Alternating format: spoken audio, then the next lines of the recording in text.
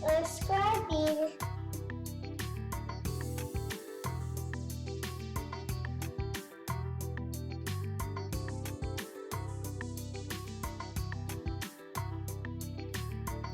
Oh my goodness gracious.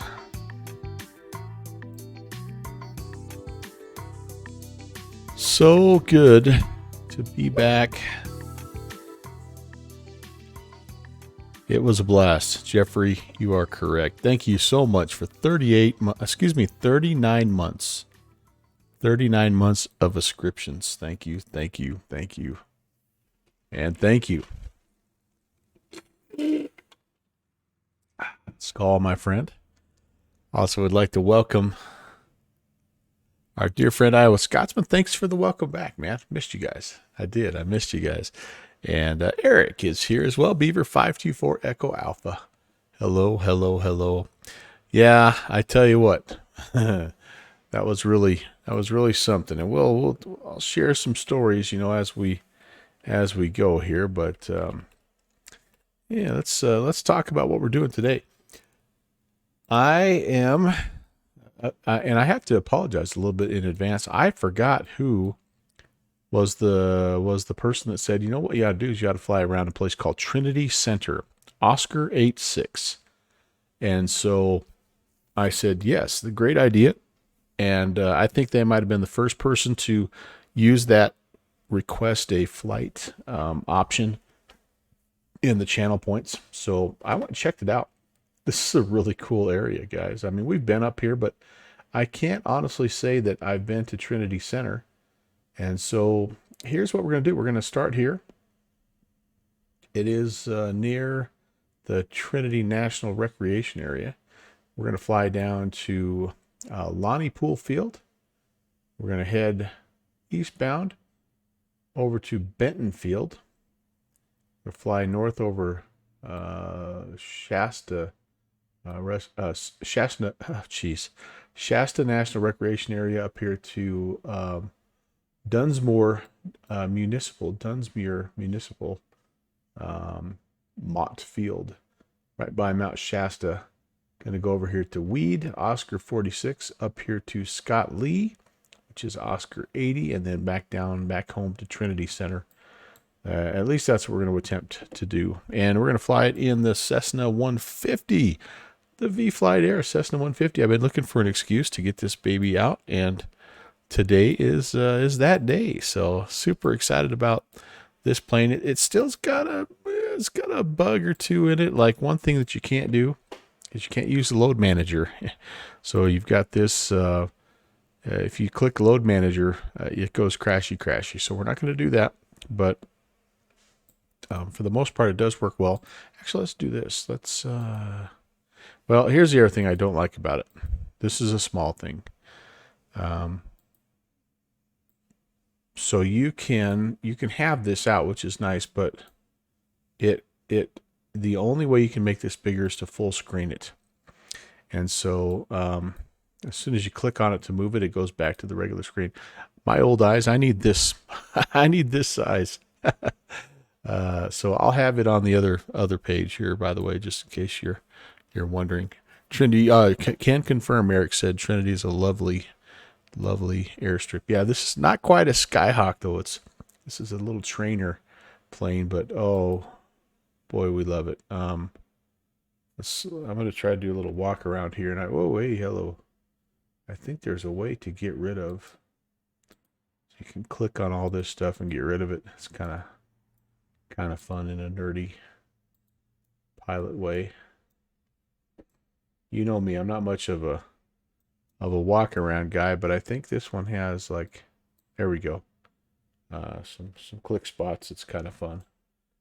It's not REP, right? Like, you can't grab a hold of things and shake the stabilizers around and all that good stuff. But yeah, it's you can at least click on stuff and sort of act like you're trying to do some things here. So has some click spots, obviously. I think you can look inside.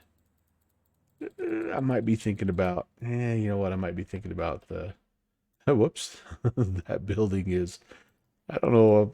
We got some elevation issues here. This is all default scenery, so it's going to kind of be that type of deal. Nope, that just all right. Well, anyway, we're gonna hop in. Here's something else that we're doing, guys.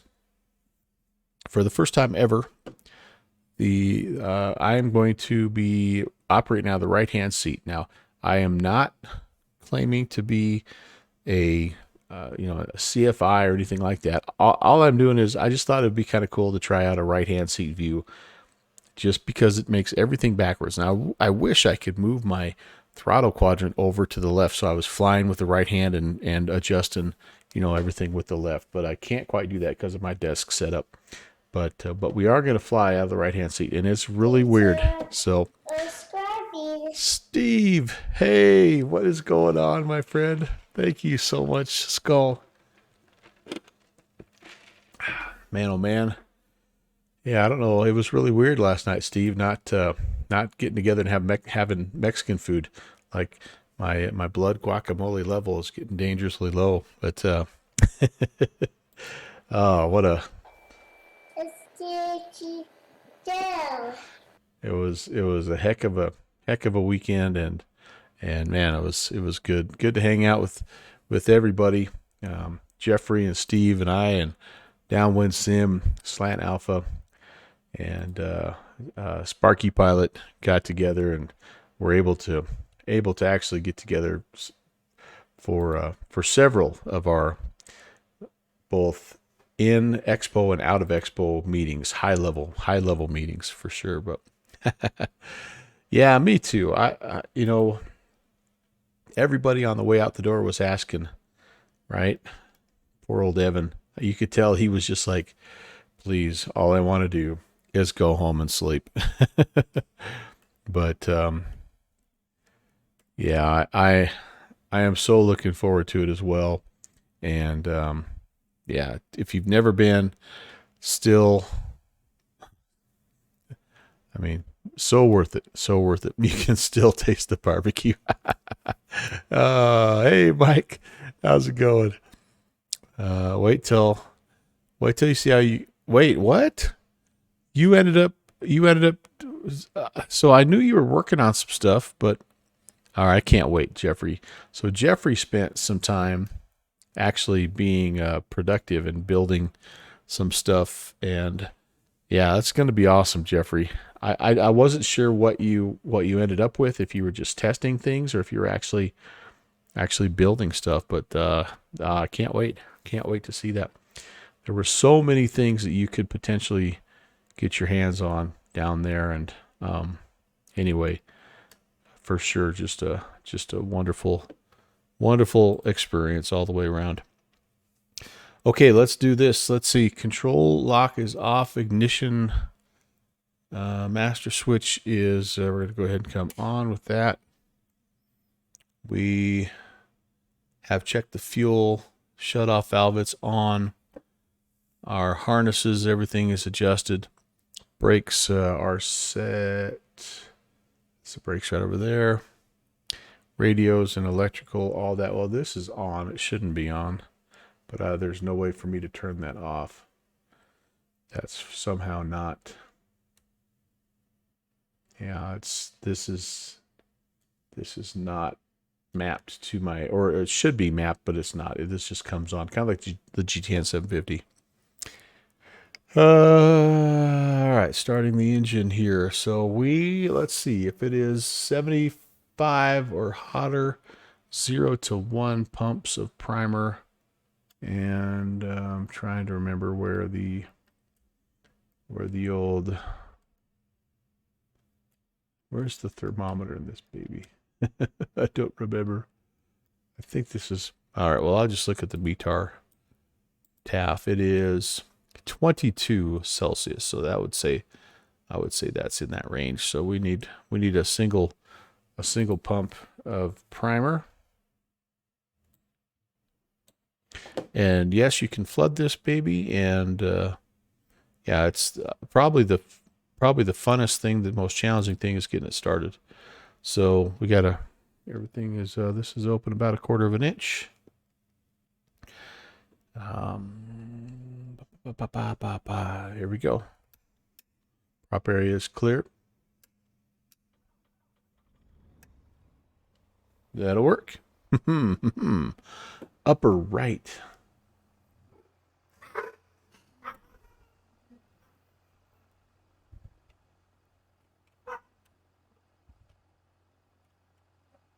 Yep, sure enough.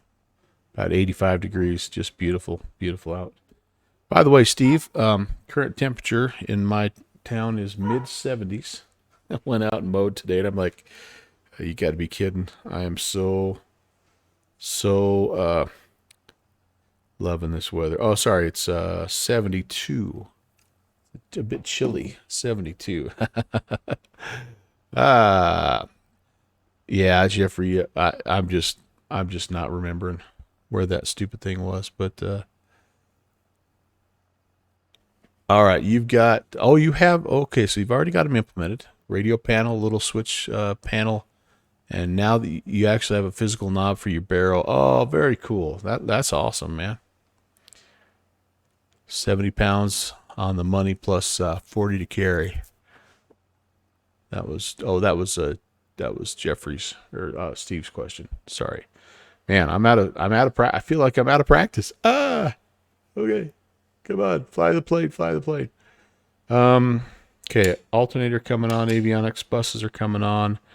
I've got nav lights on as well, and we do need to let things warm up. Oil pressure looks good. Temperatures are good. Almost a full tank of gas. Suction is good. Actually, that's looking really good.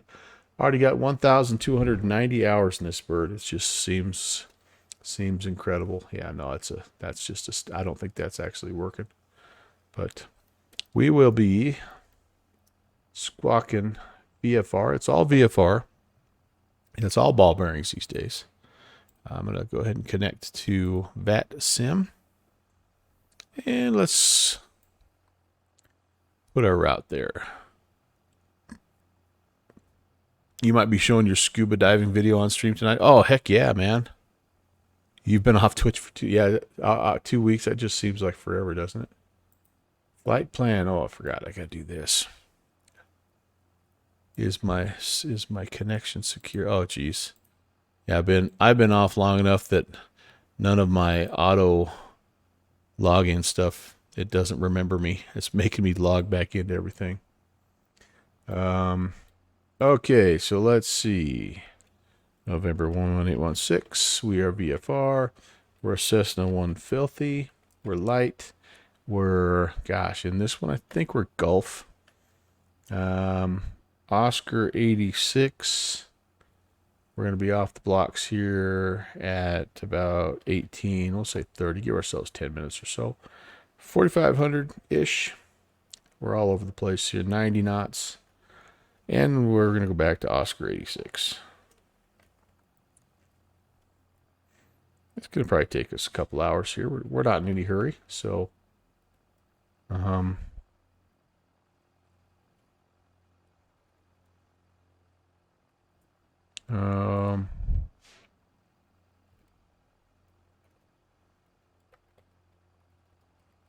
don't know if that's an official route, but that's what I'm going to put in there.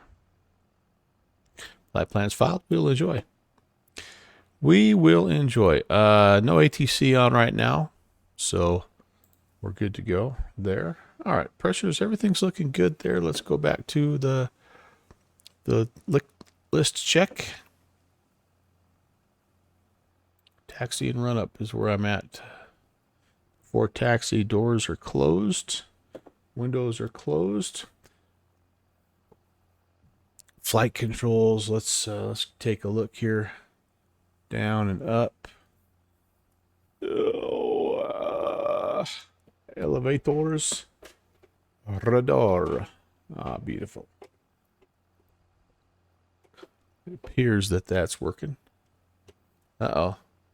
It's giving me a message that I have some shocks still on potentially. Here, let me see. I thought I got them all.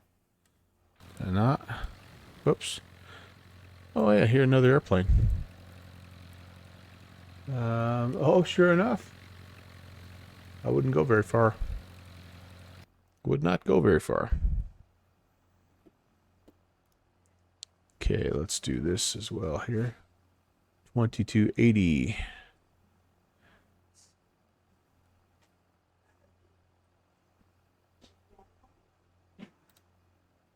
There we go. And the other thing I see that I feel like maybe is a little different. I don't know if up is on and down is off. So let me just do a quick test. That's off. That's on. Trinity Center traffic radio check. Loud and clear. Haha, sweet. Good to fly with you again, Steve. All right. So that looks fine. That looks fine. Well, that was kind of nice. So this is what this actually popped off my checklist. Popped back to the options menu and it had a little check mark here that was blinking at me, indicating that yeah, that was an issue. By the way, let me show you the different options here for the panel. So you just I think you just cycle through. Yeah, so you can go regular.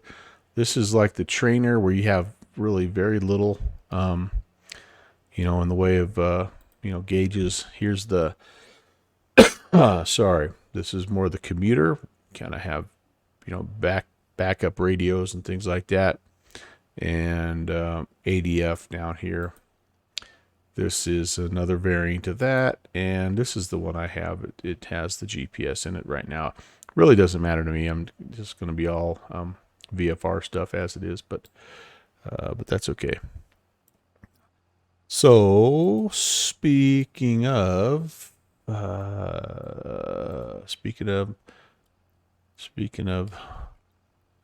gauges and whatnot, altimeter setting 29906. Whoa. That'll be pretty close. Thanks for subscribing. Hey, we got good fixins in here. What is going on, Brett? Thank you so much for the 23 months. My goodness, you guys. Awesome. Brett, we're at Trinity Center, Oscar 86. If you would like to hop in there. And hey, Teleport 8, what's going on? I missed you coming in while I was messing around with the chocks there. Welcome.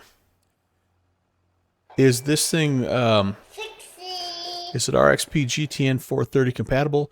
That is a very good question, Teleport 8. I don't know. Let me pull this up here and just take a minute here.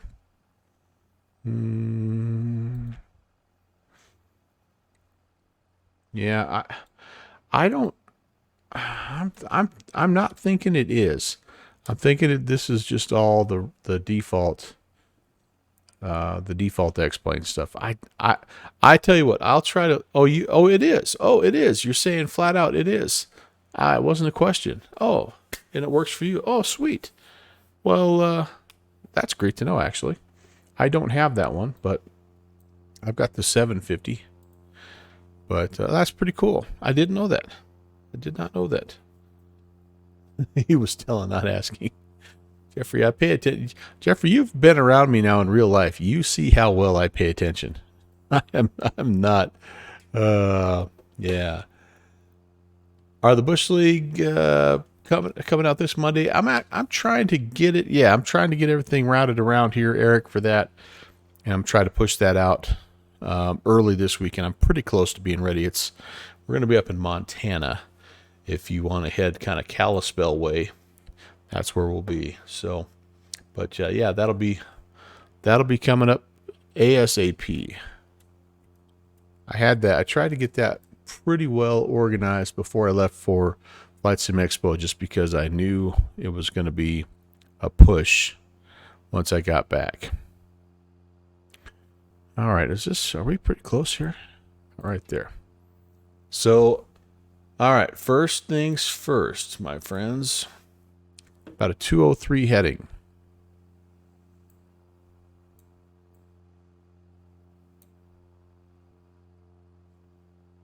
No wind here. So we can depart. There's a south-facing runway. We'll depart there. And, yes, call it good. Where am I? I think I have to go. I think I have to turn to the right. Yeah, I'm going to go down there. Taxi out of here. Oh goodness, you guys. I feel completely out of sorts here. Trinity Center traffic. Cessna 816. We're going to be following traffic down to the runway coming out of the ramp area, Trinity Center.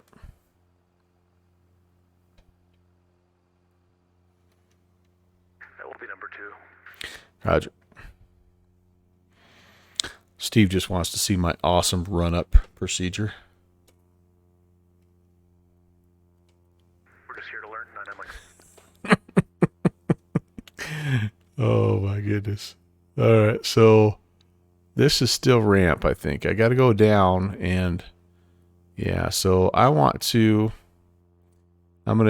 taxi up here to the to this side.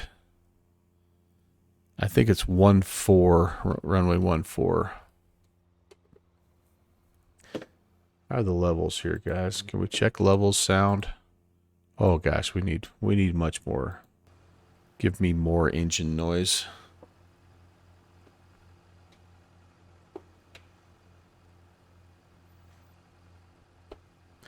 But yeah, so this is again all default with X World stuff.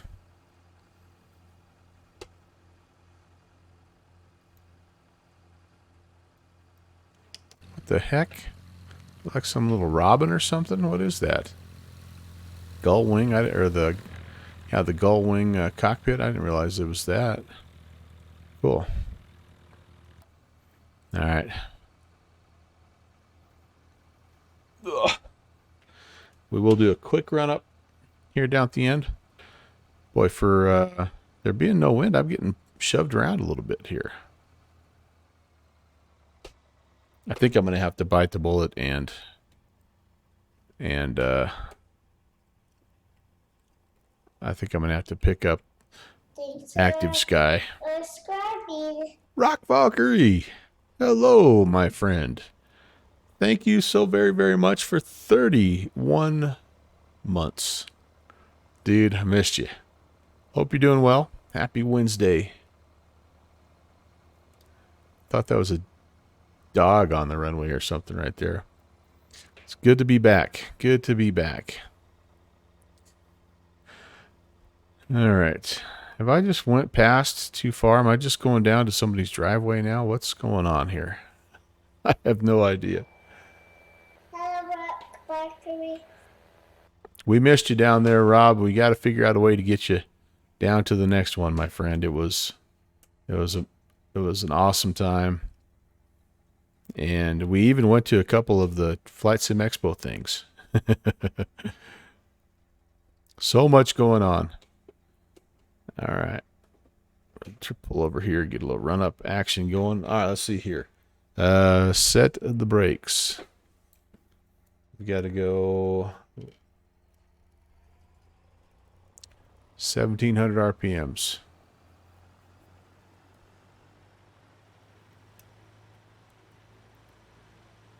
Mag check. There's left, little drop, recover. Right. They're the same. Everything else in the green. Looks good.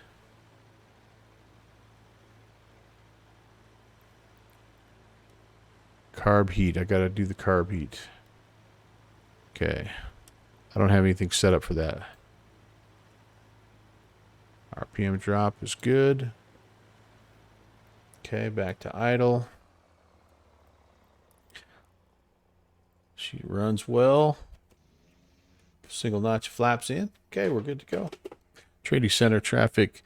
Cessna 816 is departing runway 14. Will be straight out VFR southbound. Trinity Center. There and there. Very good. Let's do this thing.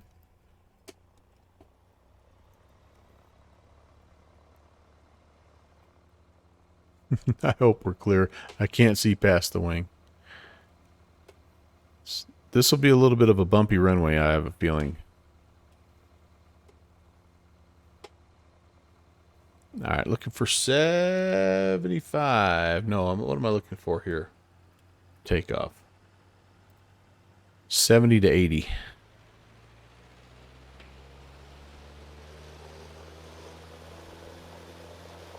Takeoff power set.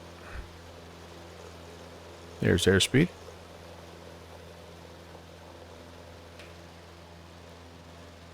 And 70. There, she's getting light. All right, away we go.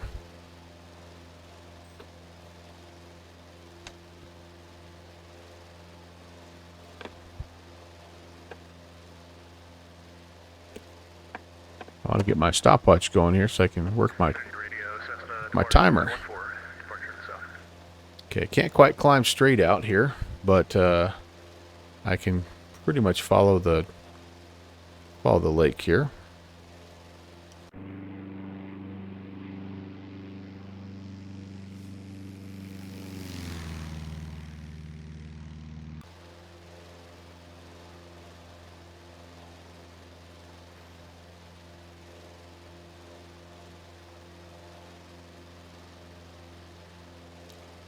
Can try to come around to 210.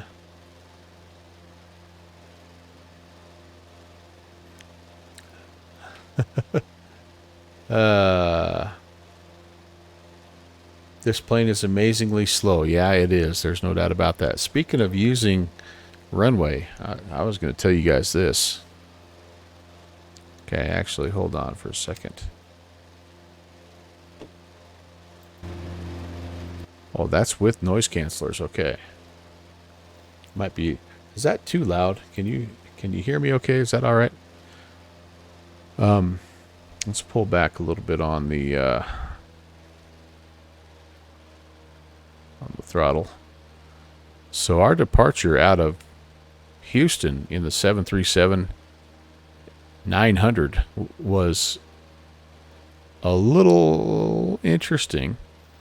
So first of all, we barely made it before the crew timed out. That's why I was freaking out on Discord. You guys probably saw me ranting and raving on Discord, but we did end up, we were able to depart. But the part that got me a little puckered up is, we started rolling, no big deal.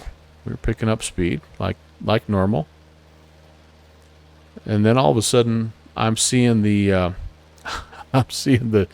touchdown zone on the other side of the runway. I'm starting to see those markings come into place.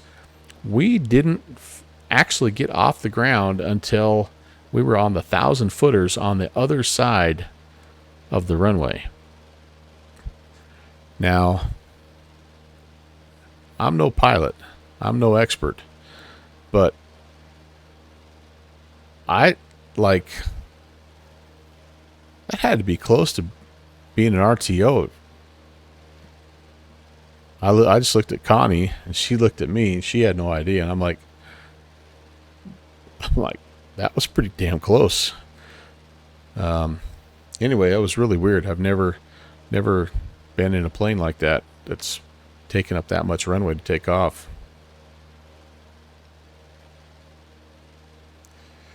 Well, too late by then, yeah, but I'm just wondering what how close were they to the criteria, because about halfway down the runway, you kind of know, right? If you got enough airspeed. I don't know. It was weird. It was super hot, of course, so there's, that affects performance a little bit, and I don't know. It was too close for comfort. I don't know why I'm trying to get up and over these hills. I don't need to. I am looking for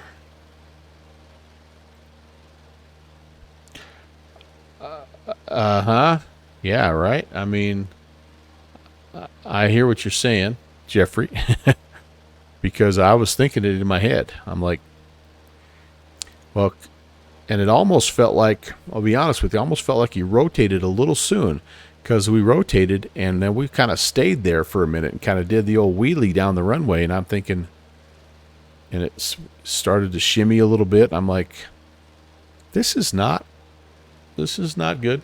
This is not good. But thankfully we were okay.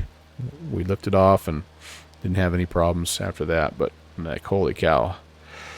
You know, then you start thinking all these bad thoughts like, well, maybe we got going right before the crew rest timeout period, and maybe we shouldn't have. Maybe we should have let that crew go to bed and get a fresh crew in there. But at that point, we'd already been delayed, sitting around for 5 hours, and we were all kind of just ready to go. So I don't know. It was weird. Yeah. So Mike, here's what I did with that, and thanks for the question, by the way.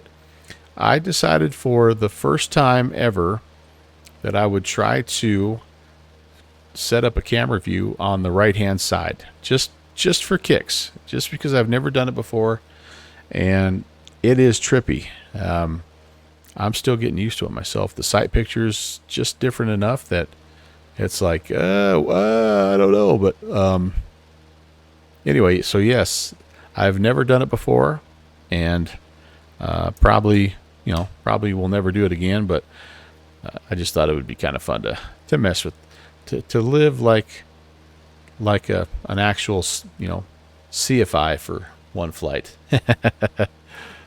Wait till you see me try to land this thing. I have a Scotsman was noticing that too. Yeah, nothing big. Just trying to mess around with it a little bit.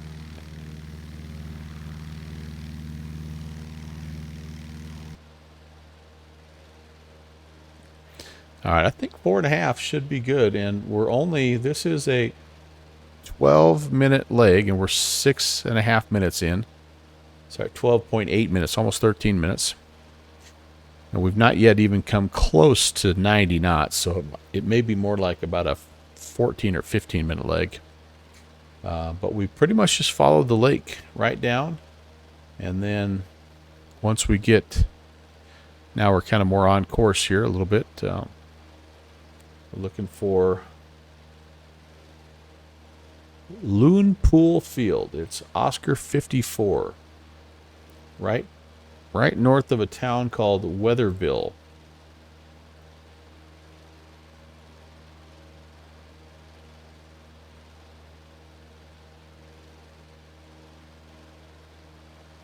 It's sitting at an elevation of 2,350 feet.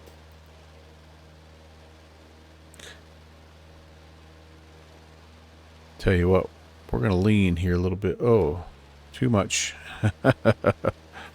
Too much.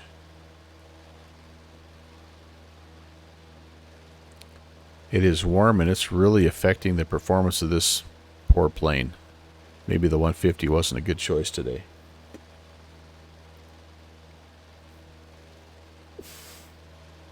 Does look like we've got runway, yep, north or south, 18 or 36. The left-hand pattern to either one. Thinking based on if it's no wind, I think I'm just going to go with the left-hand pattern and land on 36. Oh, Lonnie Pool is one way in, one way out. Oh, okay. Land north, take off south. Well, good deal. That's what we're planning. Then we got lucky on that one. We probably would have recognized that once we got there, but good to have confirmation there, Eric. Thanks, man.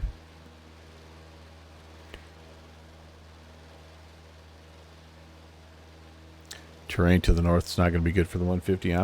I'm thinking that's going to be the story all day long.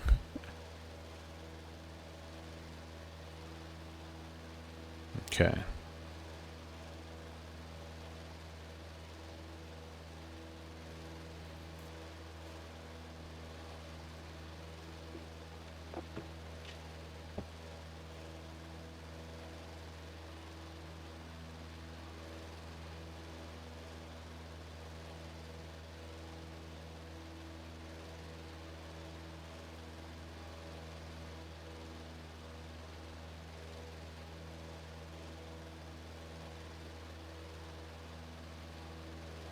Tell you what, we're struggling to make even 4,000 here. This could be maybe more. Trinity Center, Cessna 114 was Papa taxing to the southbound runway, Trinity Center. Oh, I know that, dude. Yeah, we may have to think about a different airplane here for this. A couple of these legs require, well, as you can see, the terrain right in the area is quite mountainous. All right, we're 10 minutes now. 10 minutes, and we're just getting to ourselves to the kind of to the south end of the lake. So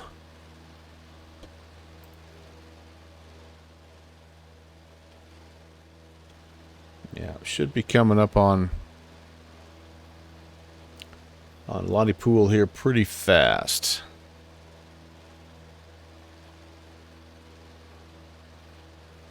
Looney Pool traffic. Looney Pool, sorry, Looney Pool. To north inbound, full stop.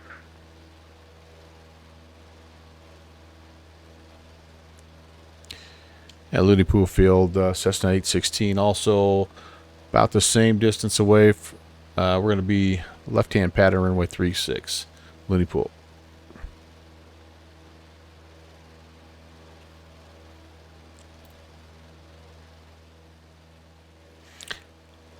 Steve's in the 152. He's got that extra big engine. You like those ones that you won? That's the pair that you won, Jeffrey? Jeffrey went to the captain's dinner. Ended up being a chicken dinner instant winner. That's really cool, man.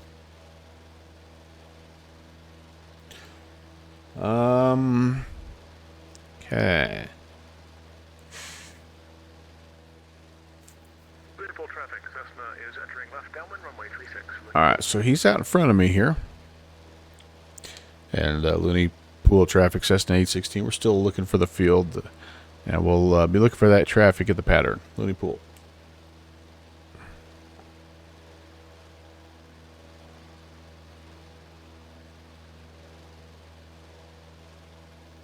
It almost looks like maybe we got some city up here.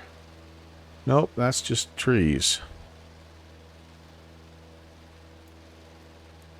Kind of looks like the little bit of a valley though where the city's at. And I think the airport's just right in there, or a little town. I guess not really a city.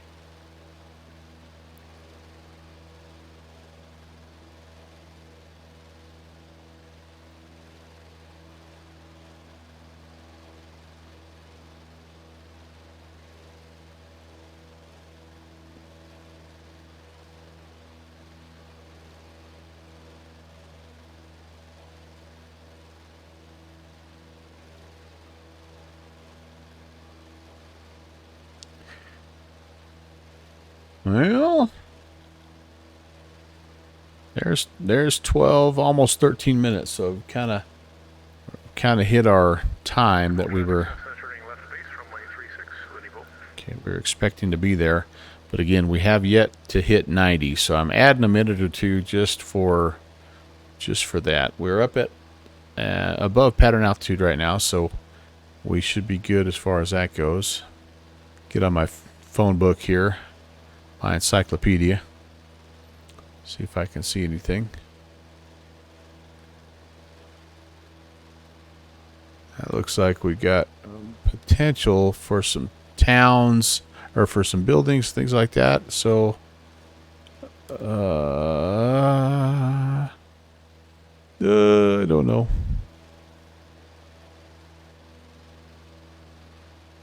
Looney Pool traffic. Cessna is final runway 36. We'll be landing long. Someone planted a tree on the runway. Oh no.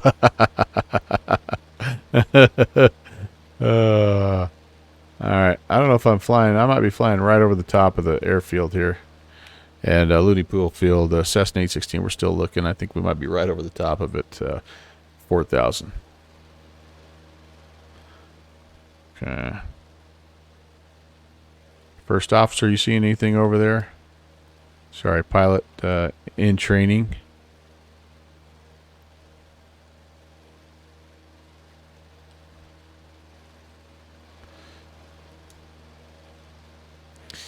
We're going to have to orbit here.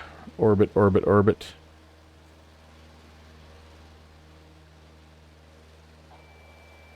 Hello, Sam Wilson. Looney Pool traffic, Cessna is clear of runway 36. Looney Pool. And the Looney Pool traffic, Cessna 816. We're orbiting the area here, looking for the field. Downwind Sim, what's going on? Hello, you're still working? Oh, man. Oh, there we go. We've got it. I think we've got it. Looney Pool field. Looney Pool traffic, Cessna 816 has the field jumping in left hand, downwind runway 18, Looney Pool.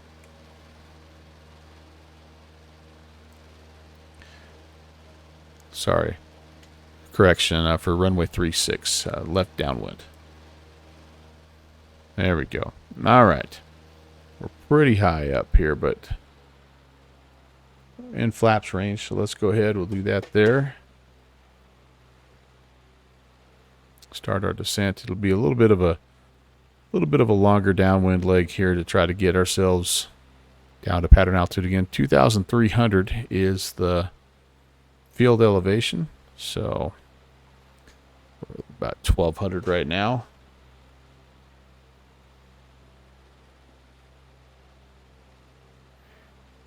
Looney Pool, Cessna 816, left base, runway 36, full stop, Looney Pool.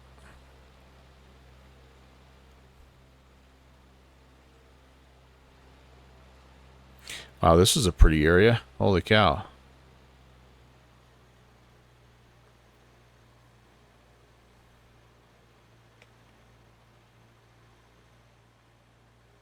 Okay, oh, I'm way too high still, aren't I? I'm going to go a second notch of flaps here. Just see if we can slow down. Slip our way in there. Looney Pool, Cessna 816, final 36. Looney Pool. All right, Downwind Sim. Hey, I'll catch up with you later on regarding the Bush League stuff. Good to see you, my friend. All right, let the slip ensue. I am very high. Very high. We can be a little bit long here as well. Looks like we maybe got lucky with the guy came out with the chainsaw after Steve landed. Slippy, slippy. All right, there we go. Roll it out. We're a little fast now. Bleed some speed. Ooh, got a little bump in the end of the runway. Okay, down we go. Hold her off. And we're going to float because we got a lot of energy. There we go. We're down. A little bit of a plunker.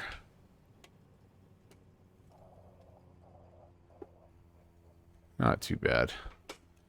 I think my scenery is a little bit sloped on the right-hand side, so we'll make a left. Just hang out over here. All right, well, there we go. First one in the books. That was fun.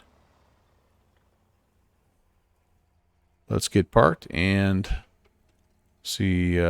Maybe we can see good fixings coming in here. Maybe not. I don't know. Yeah, my scenery a little bit sloped over there, but again, we're just messing around here with default stuff today. There's probably some freeware stuff out there. Sparky, hey, how's it going, Haley? Great to see you. Steve and I were just talking about it feels weird to not be planning a Mexican dinner tonight. But yeah, I hope you're doing good. I'm still in kind of FSE hangover brain dead mode. I'm just like, wow, I'm just still swimming with information and ideas and a little tired from the trip still. And yeah, it's been a heck of a couple days. All right, well, here we go. Looney Pool to Benton Field. Looks like 100 heading for 26 miles. Should be about 17. I think we're going to say this. I think we're going to say 80 knots is our speed here. So that'll increase this leg to about 19. We've got 2,897 foot peak, a 3,282 foot peak. but it does look like we have a little bit of a road we could follow here if we need to. Whiskey Town Lake is going to be a good waypoint for us, as is the town of Reading. And looks like this river here is going to be something else to look for. So, yeah, since we're slow, I think we're going to go ahead and get going here. But we have to take off back to the south, apparently. So let's do it. And Looney Pool Field Cessna 816 is going to taxi to the north end for a south departure. Looney Pool. Felt like you were gone for 2 weeks. I know it was wild. My dogs just went crazy. I bet Whiskey and Tango were. About 5 miles north of the field. We're going to enter left downwind for runway 36, Looney Pool.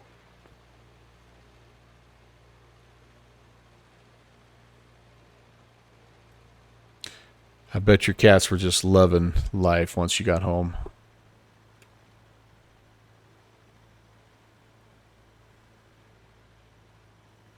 All right, since I'm slow, Brett, I'm going to go ahead and... I don't like the look of the runway down there either, so I'm going to go ahead and get going here. Looney Pool Field, Cessna 816. We're taking intersection departure due to some elevation issues. We're on the roll for departure southbound Looney Pool.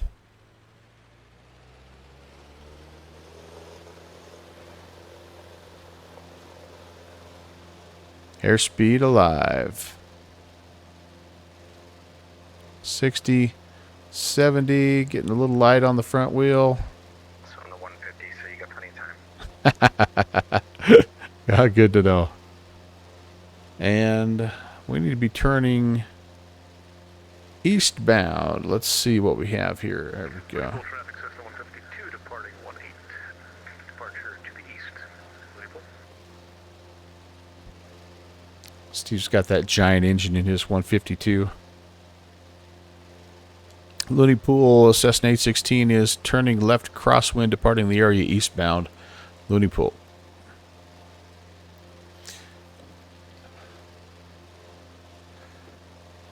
Jeffrey, 100% was so awesome. It checked every box.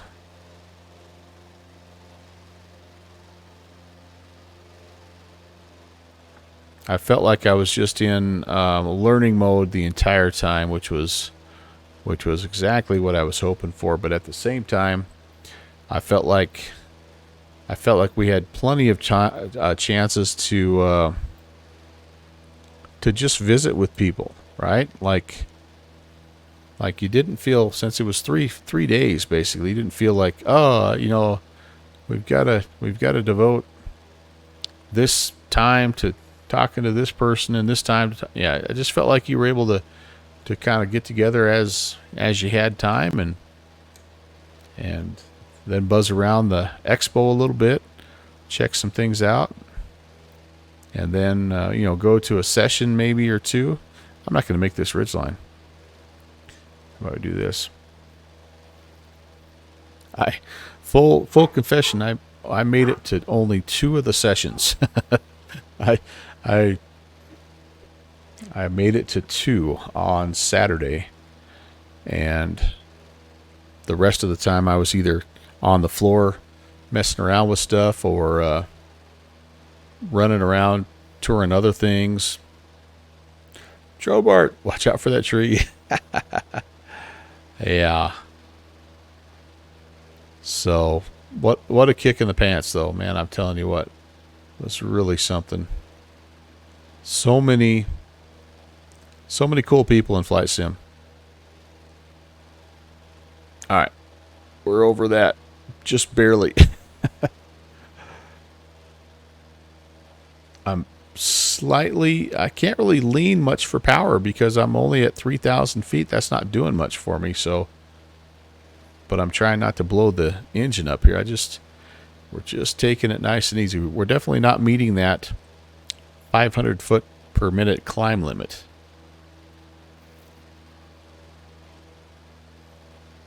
Okay, I'm going to reset my stopwatch here.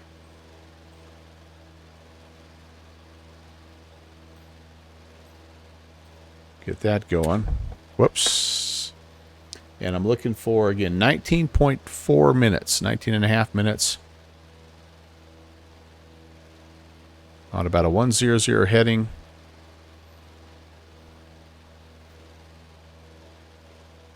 There's Steve. Just walking away from us.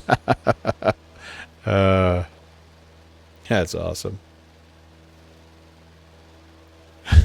The 152 is a power flyer compared to the 150.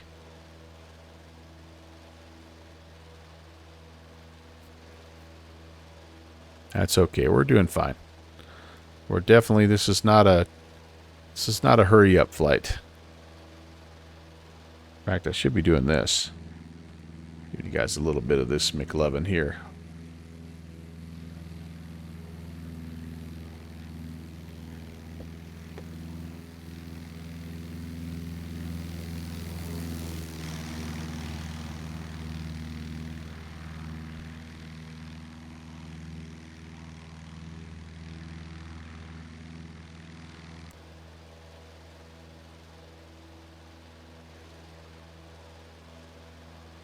All right. If we can't take a direct line, I do have this road I can follow. I'm prepared for that. 152 has dual wasps. Well, that's what the 2 is in the number, right?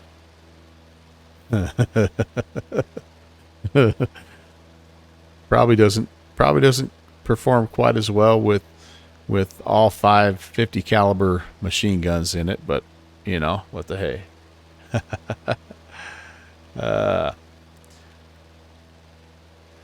Yeah, and Iowa Scotsman, I think there were some pretty good sessions. I didn't not go to the sessions because they were, uninteresting to me.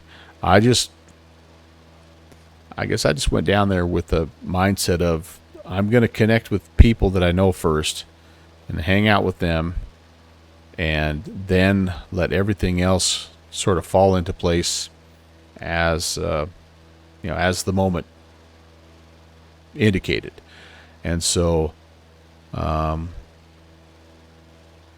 just didn't hit a lot of sessions. I hit a couple that I really wanted to. I wanted to see Slant Alpha do his talk, and I really wanted to see Sparky do her panel discussion, and so I made sure those were kind of on the plan. And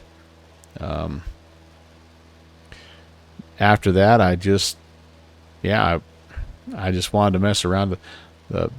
I wanted to sit down in a legit helicopter setup with the cyclic and collective and see what that really felt like. And I was able to sit down in 2 of them, and it's awesome. It's a game changer. I put a couple of VR headsets on, and those are also pretty cool. So, I was able to test out a couple other airplanes and a couple other sort of sim setups with panels and things like that, and was able to talk to some developers about things that I was interested in. And so then all of a sudden it was Sunday afternoon and I was heading out. I'm like, where did the weekend go? Too busy pushing buttons on the show floor. Yeah, I was too. I was. The only thing I didn't get into that would have been really cool is they had a full mock-up of the That's All Brother C-47 cockpit. I really wanted to get in that sucker, but the waiting line was massive, 28 deep, and so I didn't get to do that, unfortunately. But yeah, Sparker, Bill, how are you, man?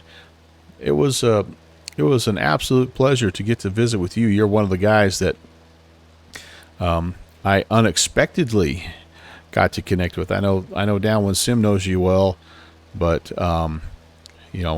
it was great to sit and visit, and just, you're one of those guys that's so like up here next level that all I was able to do is kind of listen. But pretty cool stuff. I told Ralph that I said Bill probably just walks around and looks at all these VR guys and goes to himself in his brain, no, no, no, that's not how you do that at all.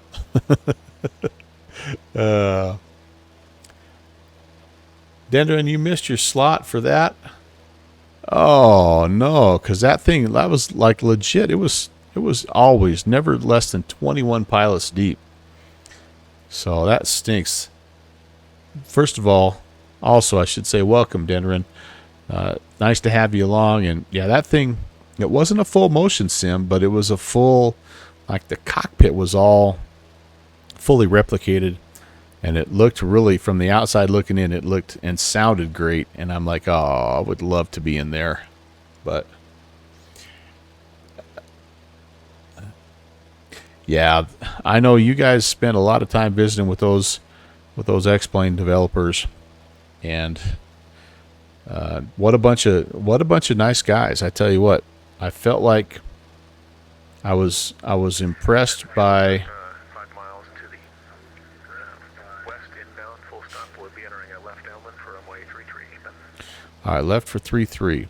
I felt like I was really impressed with that group of guys, and I was also really impressed with the Microsoft Flight Sim guys as well. We had a chance to talk with one of the lead developers the first night when they put on their little barbecue while the captain's dinner was going on. We ended up talking with one of their lead developers, and I was kind of indifferent to Microsoft Flight Sim 2024, and now I'm pretty excited to see what they're going to do with it. So, but it's hard to not get inspired and excited when you talk to the X-Plane guys, because they seem so down to earth, and they're excited about what they're doing as well. And both platforms are going in a very, very good direction. So that was pretty amazing to visit and just spend a little time with those guys.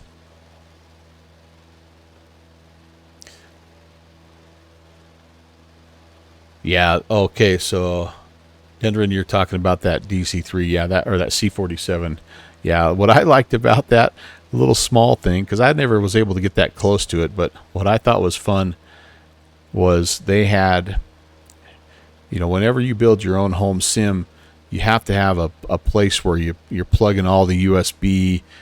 Everything gets basically centralized, and then sent out to various computers and monitors and stuff like that. Well, their box that they had, it was probably the size of a suitcase, but it was made from like it was olive green metal, like they had yanked something out of a C-47 that had actual, like a radio stack or something in it, and that's where they had all their equipment. I thought, oh man, that was so freaking cool. Just a little goofy thing. I don't know how many people noticed that, but I was also impressed they ran the whole thing off of one computer. I thought, man, that sucker, I don't know what it was, I don't know what was in that thing, but it's run it off of just a single PC, unless they had another one somewhere I didn't see. But they had 4 monitors, and then, all the stuff inside. It was really something else. Yeah, Dendron, you know what I'm talking about. Oh, you think it was an old World War II flight sim trainer computer? Ah. Oh, you were able to talk to Jorg about VR support? Yeah, he was taking notes. Well, good. So for those of you that don't know Sparker in VR, he is, among other things, very much on the leading edge of VR in flight sim, and also is the current caretaker of the Fly with Lua platform. So if he comes up to you and says, hey, I got a couple ideas about your product, like, you say, okay, wait, let me get a notebook.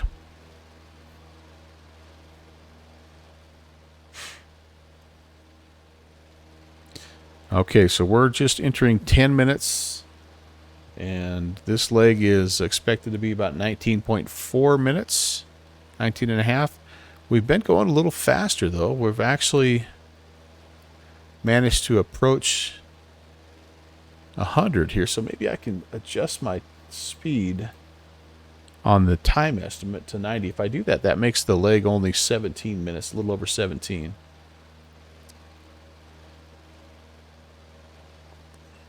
So Jeffrey, did you see the That's All Brother, that C47 mock-up that they had there, that sim that they had? That's what we were talking about there.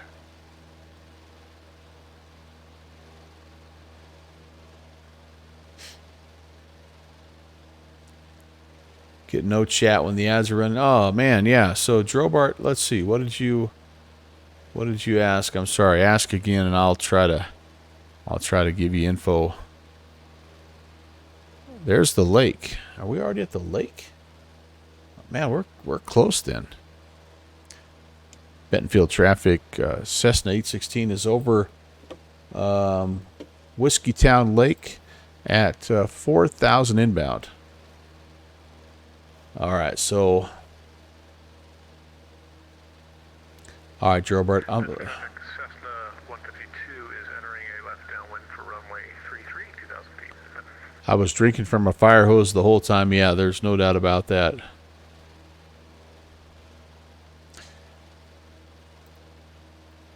Sorry about those. Sorry about those ads, Drobart. I've got them turned down to the minimum I possibly can. All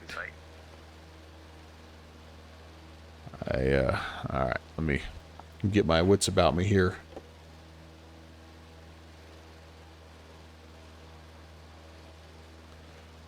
Beware of the Delta airspace just off of Benton. Yes, indeed. Right.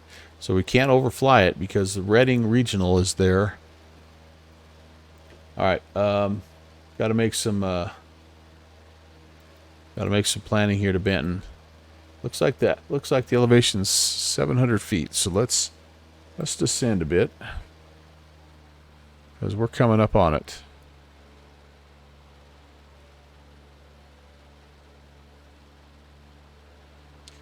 I heard Steve report left-hand pattern to 3-3.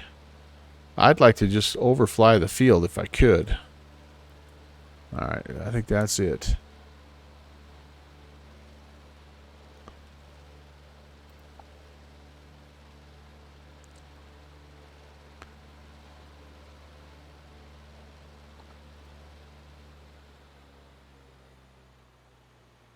Okay. Benton traffic, Cessna 152, turning left base, runway 33, full stop, Benton. All right, so he's on the left base. I'm going to try to overfly at be 2,000 feet if I can get there.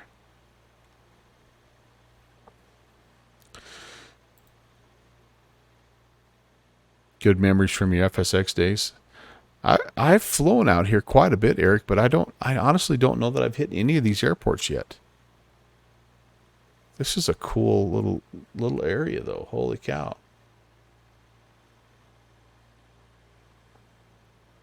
What you saw in the Crystal wasn't as good as you'd heard.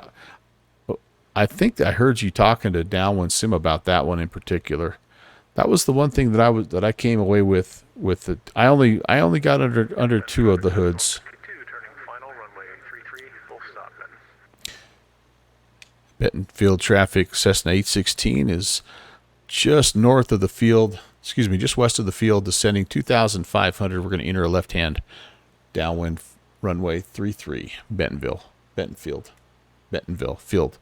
Anyway, I heard you talking about that with Downwind Sim. The only thing that I was disappointed in was, and I don't know if they just had their settings cranked way down, but I was really disappointed in the graphics quality. Oh, that's not the field. Oh my gosh, you guys, I'm lost.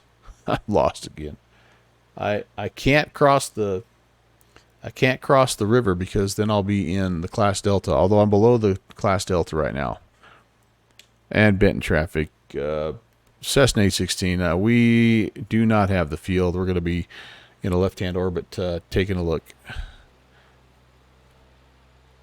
Good fixins. I think I just passed right behind you, about 500 feet below you.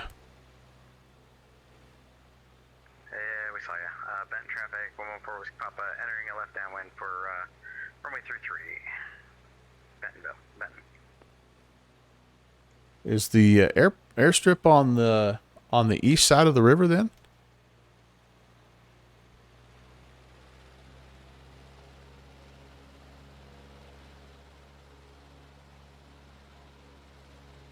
No, it's just south of this leg that goes west to east. Okay, I'm looking. Back about at your 6 o'clock. Raj, thanks.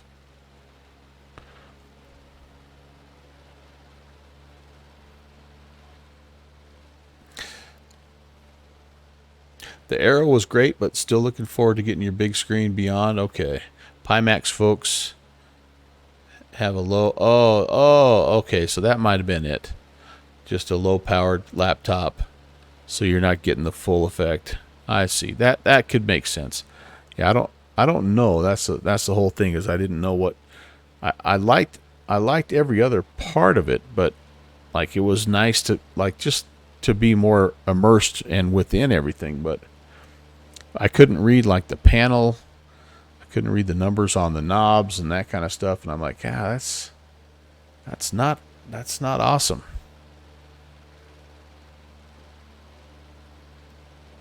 Yeah, we are struggling to find the airstrip here, you guys.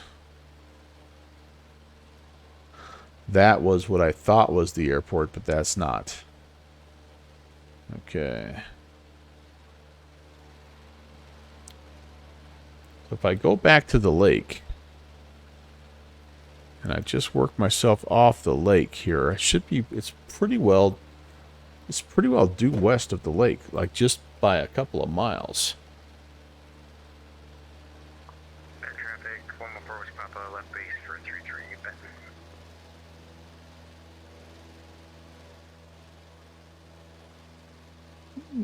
Not over there. I got to get back up so I can see the lake.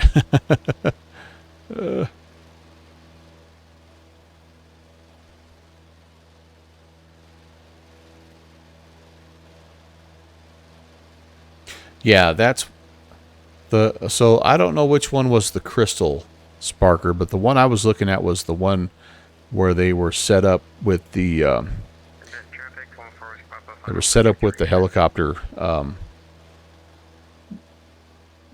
helicopter place there that was over by oh shoot, the modular system that had the 3 or 4 different sims all set up. That's the one. That's where I was at.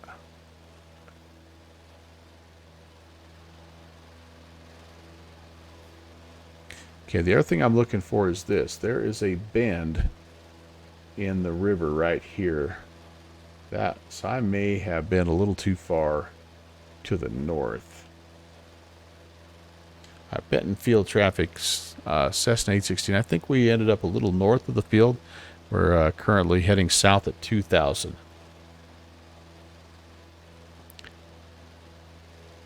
Yeah, the one I was looking at, Bill, they were running, it was Microsoft Flight Sim.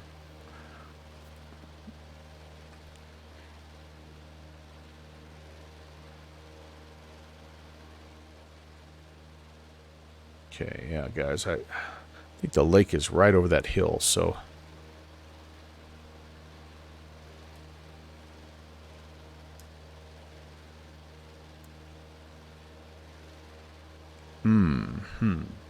There's the road that goes across.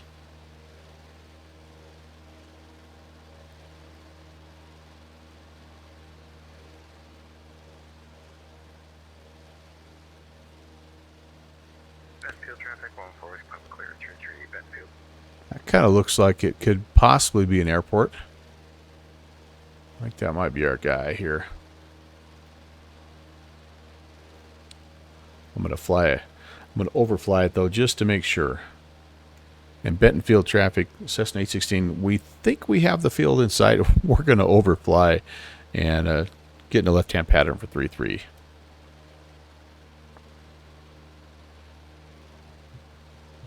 Sorry, I'm not doing a very good job of interacting with the chat here as I'm lost in the Sierra Nevadas, but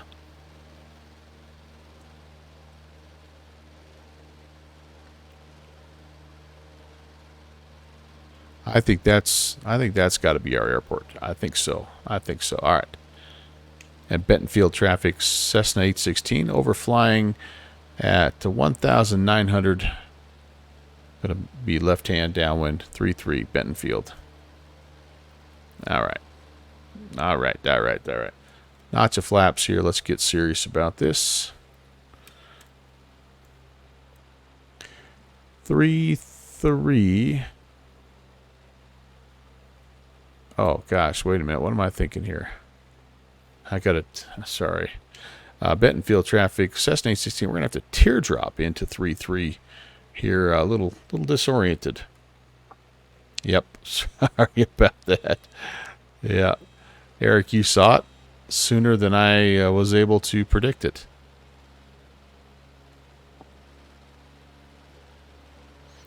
Not the greatest teardrop entry either, if I do say so myself. Have I mentioned I'm out of practice? That really was that even a teardrop entry? I think that might have even been the old reverse teardrop entry. There's I see a 3-3. I should have just went. Oh my gosh, you guys.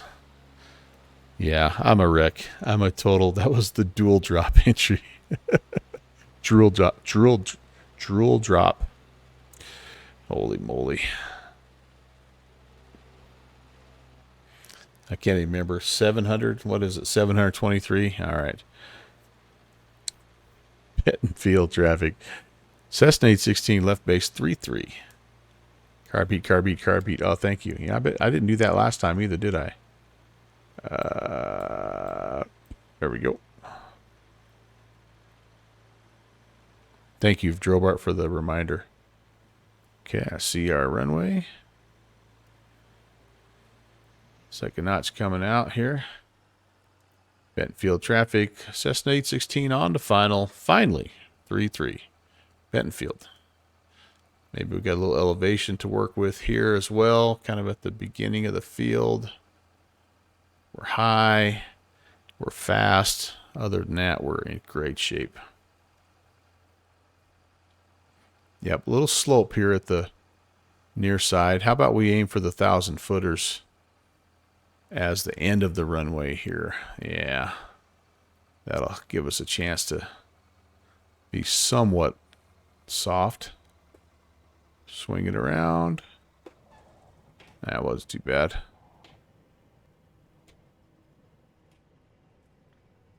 And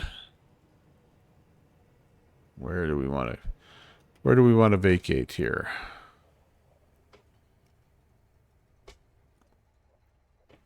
We're going to go right. I don't know why. I feel like going right. Bentonfield traffic. Cessna 816 is clear of 3-3. Bentonfield. All right. Ooh, boy, look at this. This has got some elevation issues down here, doesn't it? Some things are buried. But we're safe. We're down. Took us a minute, but we're down. All right, let's do this. The old slant alpha approach. Yeah, down base wind. Yeah, let me think about that for just a second. If we are teardrop entering,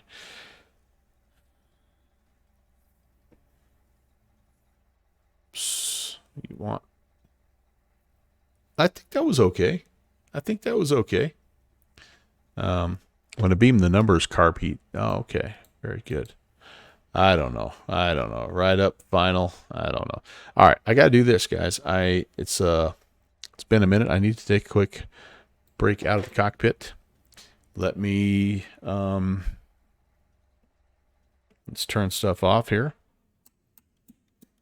And I'll be right back, guys. If you want to depart and start heading toward the next field, feel free. I'm going to be behind you anyway. We're heading up to Dunsmuir Municipal, Dunsmuir Mott Municipal. So feel free, though, if you want to head up there, and I will catch up with you here in just a moment. Be right back.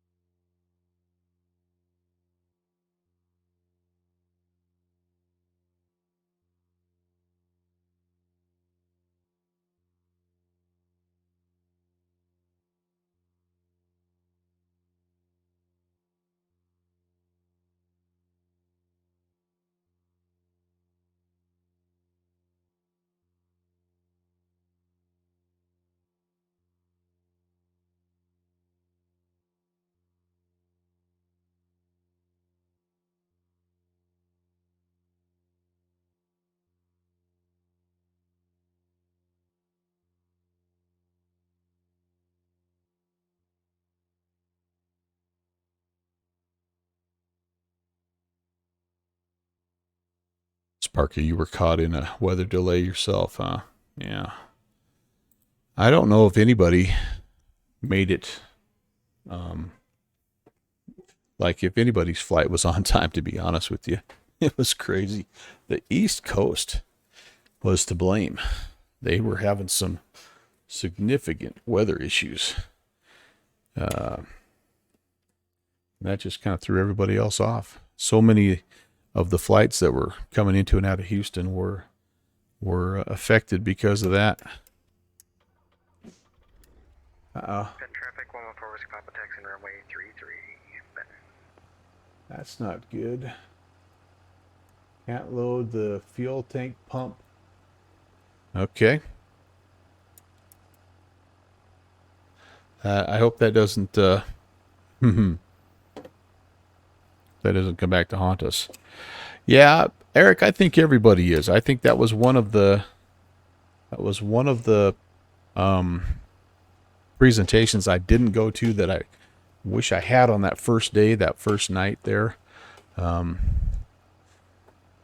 Because it was a very, very well done. You know, those guys do such a good job on their promotional things, as you know, going all the way back to that video that they put out on the different dynamic forces on the propeller of the Spitfire or whatever that was.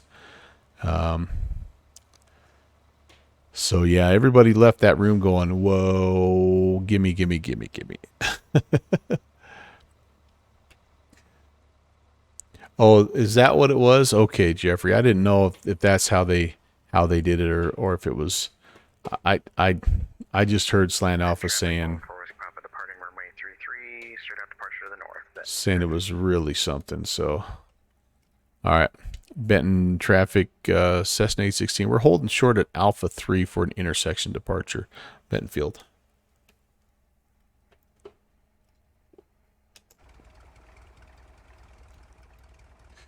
There he goes.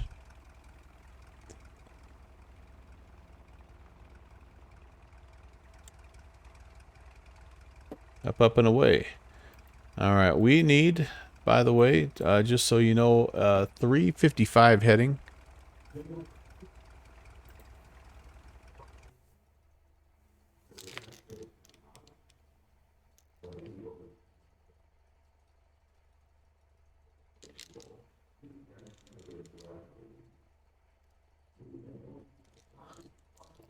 I think my wife just turned the TV on upstairs, super loud.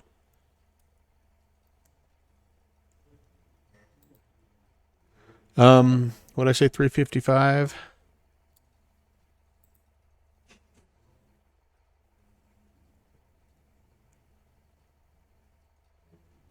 Stand by for 1 second here, guys.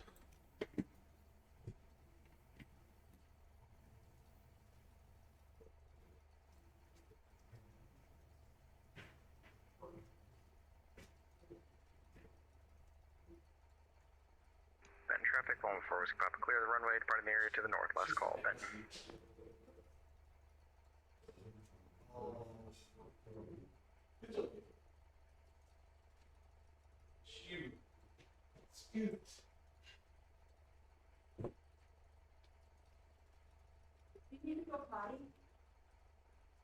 He might need to.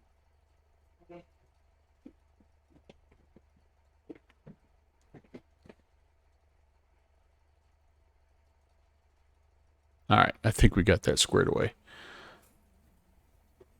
Oh, where was I? Oh yeah, 355 heading for.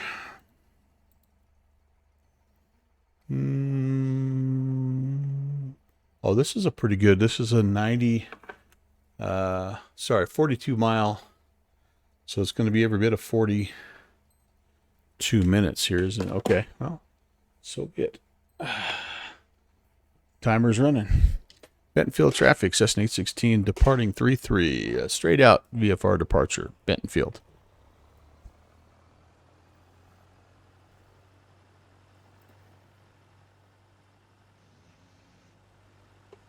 Flaps are set.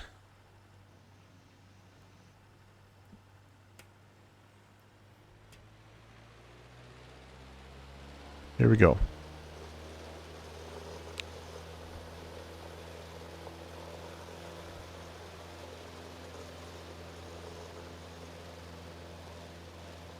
$60,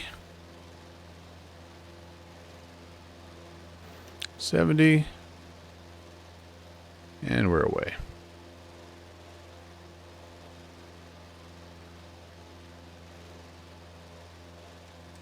Got some power lines out here to contend with.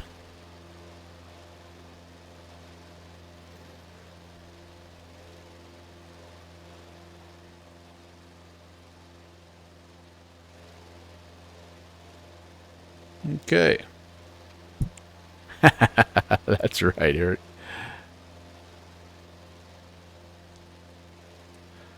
Got the bridge there. Is that a railroad bridge? Is that what that is? Yeah, possibly. Not sure again how accurate that is, but that's okay. Yeah, that's true. Hey, Agent Presta. Yeah. I decided to set it up just for giggles. I've never done that with any plane, and it's kind of messing with my mind a little bit, and I kind of like it. I really do. All right, luckily for us, though, Mr. Beaver, is there are some 5,000 foot peaks here, 5.5, but we do have a nice, and I'm planning on using it here. We got a nice kind of railroad river that we can track here. And again, I'm planning on trying to find that if we can.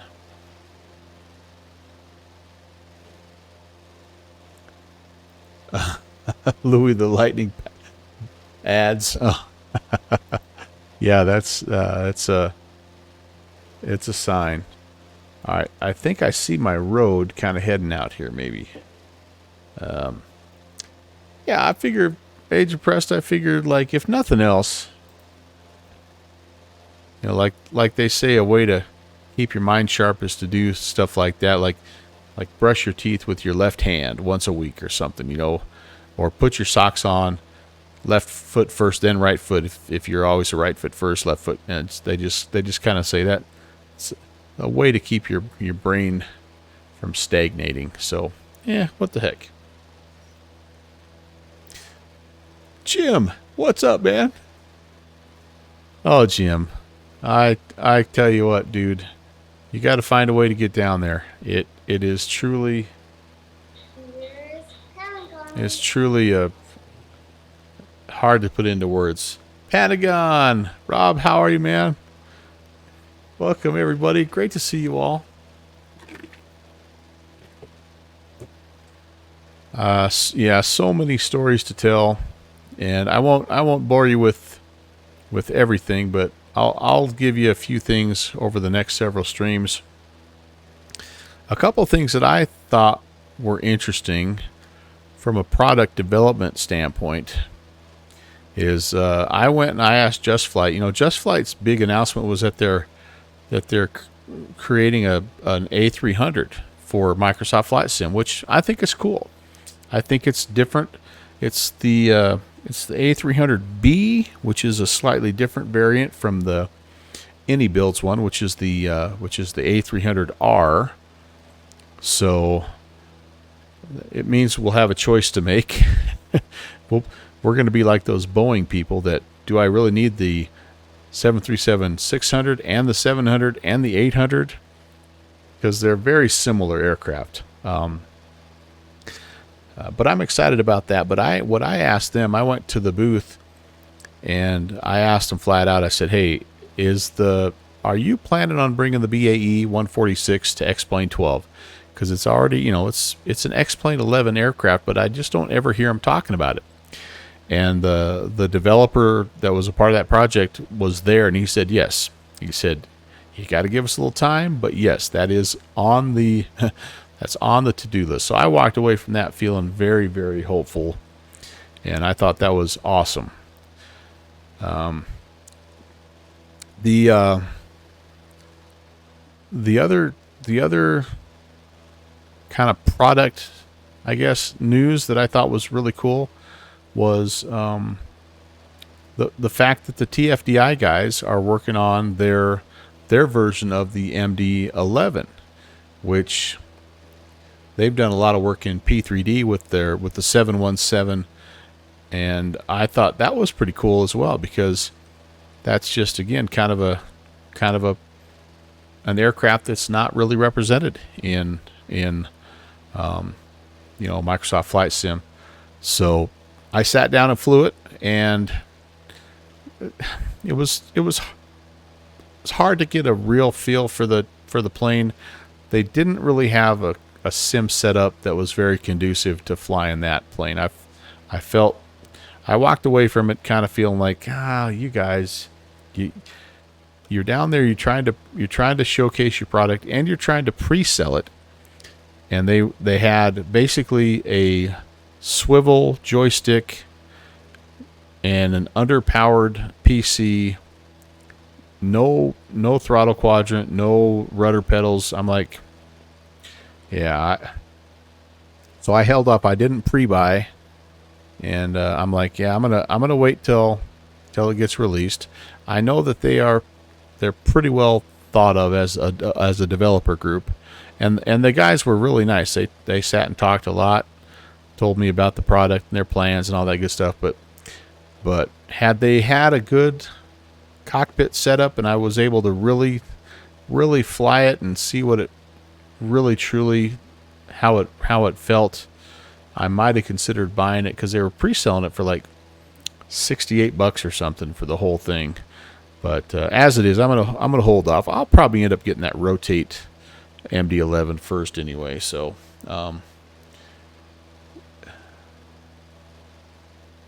yeah.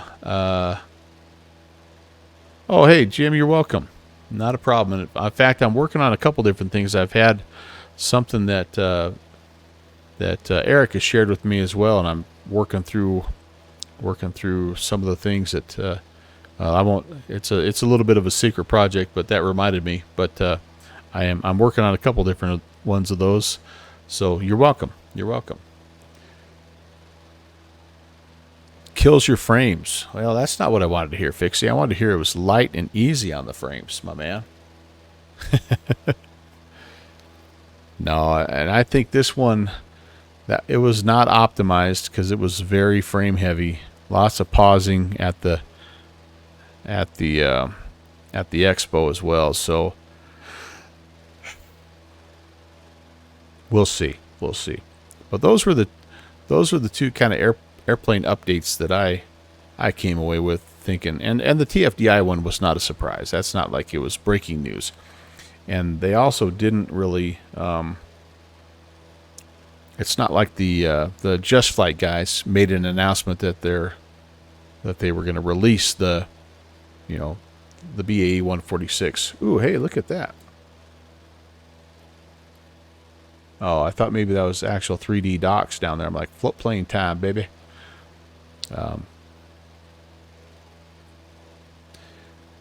But anyway, it was cool. It was cool to see the fly-by-wire guys. Also, they were doing some stuff with their A380, and nice group of guys as well. Yeah, who else did I meet? Got to see Flight Shop's little RV, or little Rand's, no, RV-10. And man, I'm surprised at how small that plane is. But kind of cool to see that up close and in person. Got to meet Kuwait pilot Osama, super nice guy. Got to hang out with Scruffy Tam a little bit, also a nice guy. There were some other just some big name guys. I was surprised at how tall Citation Max is. He's like 6'2". So, but yeah, there was just like, I don't know,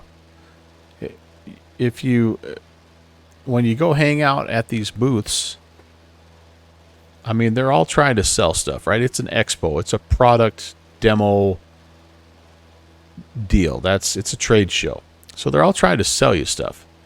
But you can get a feel for, I think you can get a feel for the developer group by just spending a little time and just listening to how they interact with people.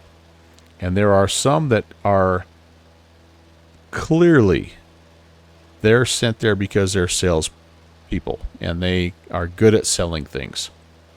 And then there's others that are there because they're passionate about their project and they want to share what they've done with other people, other like-minded people. And if you happen to want to buy it, awesome. If you don't, I'm still going to share stuff with you. And so I came away with a really, really good feeling about the fly-by-wire guys. I really there was a gentleman that had a helicopter set up. It's, I don't know how to describe it, but it has a cyclic and collective and a mounting system that will fit basically right under your existing chair. And I think just part of the problem I have is anything like that for me, I have to back way up in order to use, which I have such small monitors that makes it really tough to see. But this guy, he's a Swiss guy, and like he's the first guy that I've seen that actually has a helicopter setup that is realistic for me. Like I could, like it was a $1,500 system, and that included the cyclic and the collective and the mounting system and all the wires and all that good stuff. Like that's something like I can save up and work toward that. You know, I can't. I'm not going to be able to put a $10,000 helicopter setup ever in my basement. So yeah, he was the guy at the X-Plane booth. Absolutely. Franz, what's going on? Hey, did I try the Flight Factor 777? I did not get a chance to. That was stacked up pretty deep every time I went by.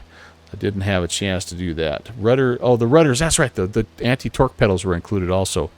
And actually, Steve was the guy that went there first. He kind of was the guy that tipped me off about that developer. So very solid construction, and like the guy, he's a helicopter guy, right? He's a helicopter pilot. So whenever you jump in there and if something would go wrong, he would talk to you about why that happened, and he was also running it on X-Plane, which I thought was cool as well. So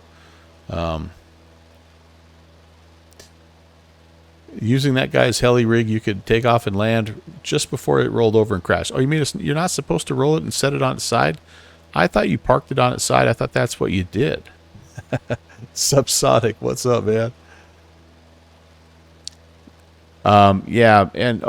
Meeting Sparky Pilot was awesome. Fractal Goal was there.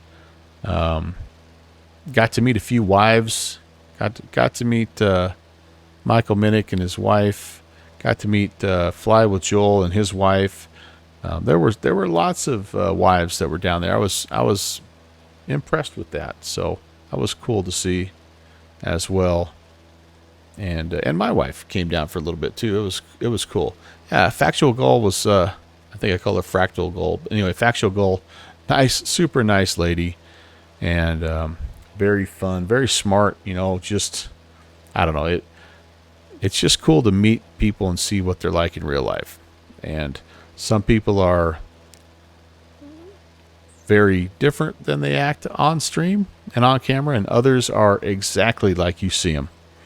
And so that was the cool part. So she's almost as smart as Downwind Sim. Smart or smart Alec? What are you talking about? Yeah, I see Mount Shasta here. And if we keep Mount Shasta right there at about our 12:30, we're going to go right to this airport that we're heading to, Dunsmuir Municipal.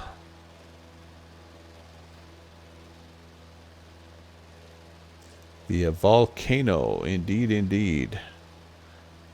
Yeah, Philippe from Laminar hinted that the 777 would be an airliner everyone will talk about when it comes out. Yeah. Yeah. Yeah, I every time I went over by the Laminar booth, it was just wall to wall people. So I didn't have to I didn't have a chance to ask them about that 777 or really anything. But I know the Downwind Sim was able to Traffic Cessna is get over and talk to field and a couple a of them. left So, downwind for runway 32, Dunsmuir. oh, you thought it was imminent? Read a rumor. Thought it was subsonic. Yeah, I'm not sure about that. I honestly did not hear anything announced toward that, and so I'm not sure. I'm not sure. Sunday was a really good day to see things. Yeah, no question about it. Oh, the other guy that I met that I thought was really the guy that the lead developer from Nimbus Simulations, and what a great young man. He just like, hey, here's my card. If you have any trouble with anything, I want you to email me, and we'll get it fixed up. And yeah, Santiago, that's right. And that was cool. That was cool. A good dude to kind of support. And yeah, just anyway, one of many awesome folks. All right, guys, I'm gonna try to do something here. I haven't turned this on for a while, but let's see if we can make this autopilot work. This is a great old autopilot. Okay, let me come down here. Whoops, do I have a view? Autopilot view. There we go. We're going to turn that on. Heading select. And are we flying the heading?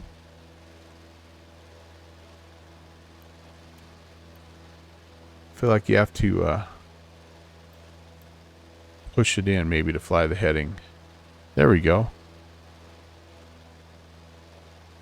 Now you have to manually control the altitude here, so I'm gonna see if it settles. Otherwise, you just have to use a little bit of power and a little bit of trim. We're at 4,500. That's really not horrible. I'm gonna trim just a little bit. Still wanting to climb, but yeah. So this thing, by the way, the 300A Navomatic 300A, it'll shoot a full ILS. It has 2 nav functions, and I don't remember how to do it. I know how to track a heading right now. If you, no, I don't even know how to track a radial. So, but anyway, that's just another perk of this plane. But that lets me do this. I haven't done many of these outside shots yet.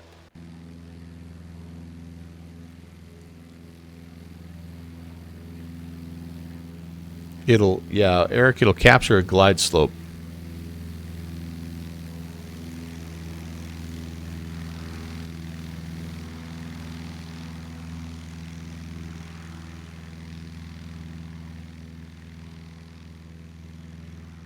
I think I need another screenshot here.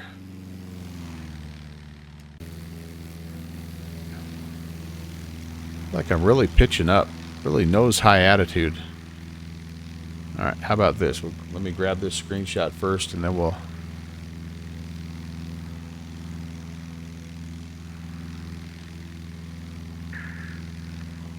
Dunsmuir traffic. Cessna will be entering a left downwind from midfield, runway 32, Dunsmuir.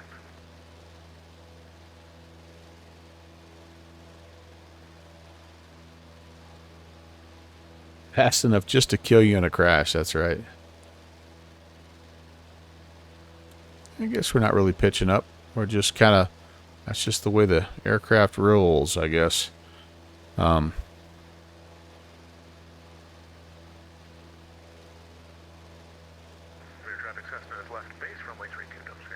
Alright, so he's going 3-2 for his. Oh, it's just slow enough to not kill you, but maim you.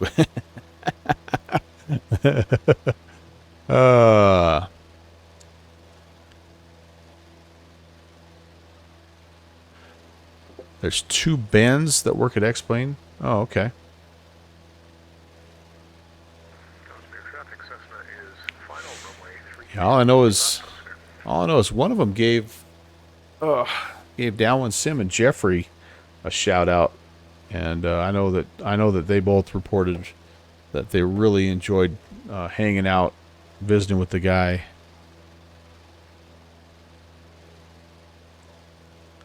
We'll pull the power back a little bit here because we continue to climb. I believe we are over the top of everything we need to be. I don't really want to descend, but somewhere between here and 4,500 should be good. You were introduced as Ben 2.0.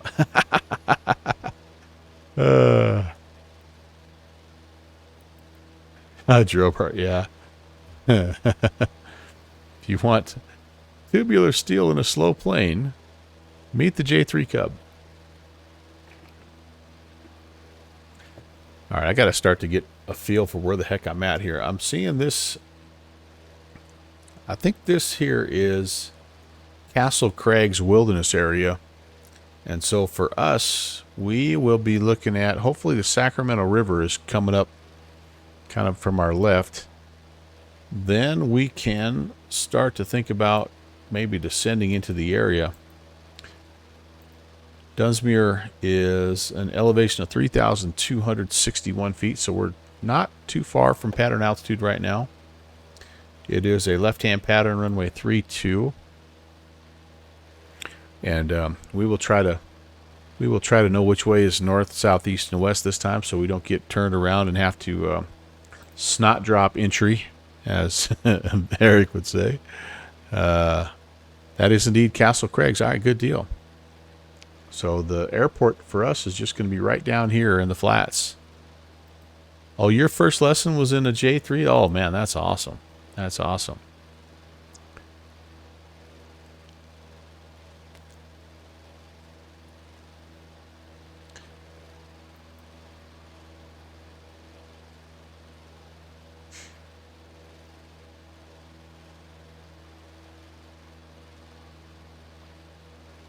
"23 minutes. And again, our leg was estimated to take 41 minutes, so that's going to be just about right. It'd be probably another 5 minutes before we're past this.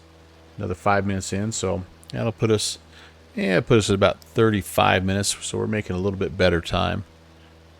Complete freedom!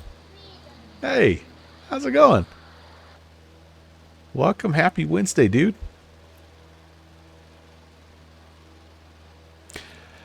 100% agree. I enjoyed the heck out of that. We were just recounting that, and it was just like, wow. Like, yeah, like Sam, how do you put it into words, right? Being able just to sit and visit and have a little barbecue with somebody, and so anyway, 100% enjoyed the heck out of hanging around you. Can't wait to do it again.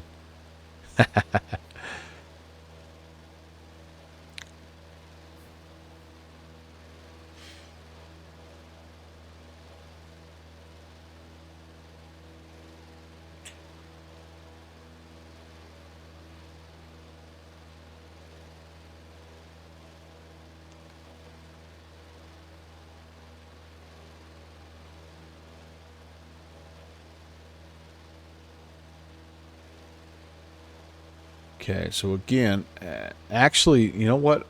We may be right down in here, guys. It may not be quite so far out. That's a little too close to Mount Shasta. So we might be down in this area here. There will be a little bit of a reservoir just to the west of the field that we're looking for. But I know, isn't it crazy? It's like back to real life. Nobody has time for that. All right, so I am looking for. Dunsbury traffic, Cessna 114 West Papa's, south of the field, coming up the valley. We're going to enter a long left base for runway 32, Dunsmuir. I think I'm going to duck into the valley here as well. So let's, we've had fun with our Navimatic 300. That right there, even if you don't use it, it's almost worth the price of this airplane. Dunsmuir traffic, Cessna 11816 is south of the field inbound. We're descending 4,500. Going to get along the road here and follow Whiskey Papa inbound.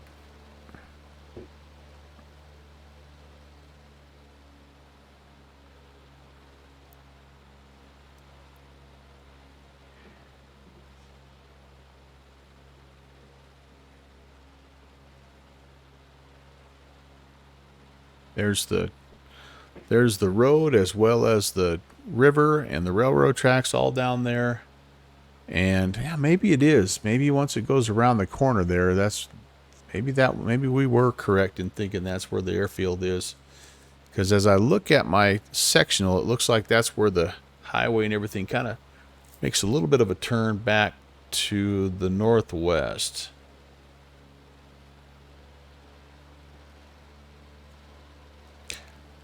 So Mike, they did not. When I was visiting with Evan at the end of the weekend, he just looked like, I'm tired, I'm ready to go home and get some sleep, and then I'll start thinking about next year. But I tell you what, like, it's never a guarantee, right? But based off the popularity this year, the amount of vendors that they had, the fact that it was completely sold out, 1,500 tickets. Every event that they planned was sold out. You know, I feel like that's encouragement for him and his team to keep going. And I also know this, like he takes, like, if you want to help out, he will absolutely take that. You know, that's most of those guys there just are volunteering. So reach out to him and let him know, because I know you can never have too much help at a deal like that, right?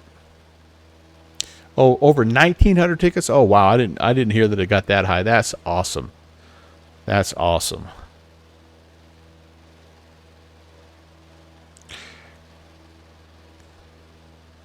Dunsmuir traffic, 114 West Papa, left base to final for runway 32, Dunsmuir. All right, so 3-2. Let's adjust this guy here just so we know what we're looking at.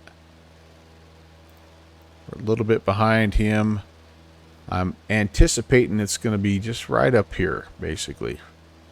Right up here. Still would like to see where that little reservoir is, because it's just to the east of the little reservoir.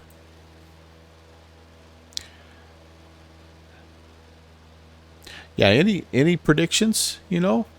Iowa Scotsman or Mike, or you got anybody think they, nobody has any inside information, but anybody think they know where they might go? I tell you this, regardless of where they go, it's going to be pretty tough to top that venue. I mean, to hold your expo in a flight museum, you know, at an airport, basically, that's pretty tough to beat.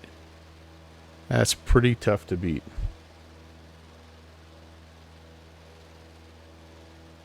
Okay, we want, again, it's 3,000. Oh man, I tell you what, I'm getting down too low already. I think the airport elevation is oh crap, yeah, 3,200. Shoot, I'm too low. I got to climb a little bit.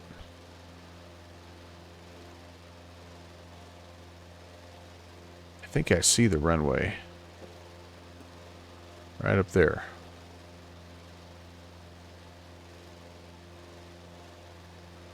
Oh, the buses, yeah, back and forth.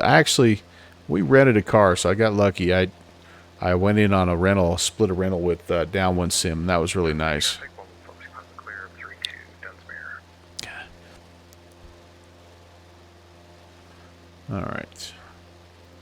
I've had so much trouble picking up the airfield.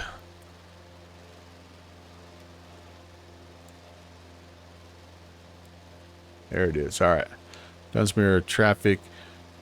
Cessna 816 is on an extended left base runway 32. Dunsmuir. You went ahead and grabbed the bus anyway. Yeah, it probably helped out because that parking lot got pretty full. Okay, first notch of flaps in. Let's come off the power a little bit here. Probably not the best base. I was 45 to base, if that's a thing. Dunsmuir traffic, Cessna 816 on final, runway 32, Dunsmuir.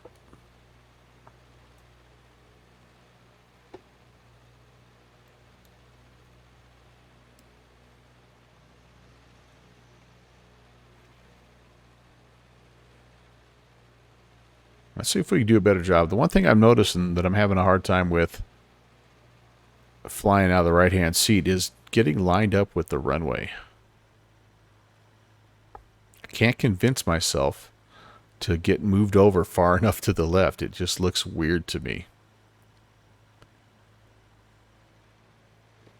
I think I'm a little bit high on this approach as well. Yeah, maybe not too bad. Feel like I've got a little bit of a crosswind off my left here.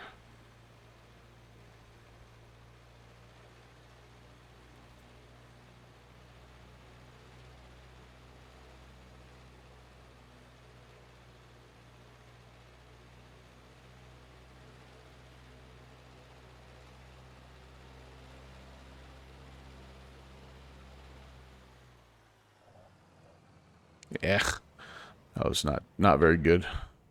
Got a little low actually on that.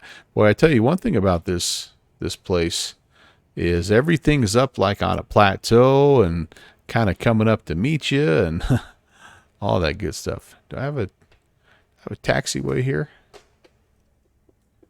We'll just make one. Dunsmuir traffic, Cessna 816 is clear 32. We'll just make a little something right there.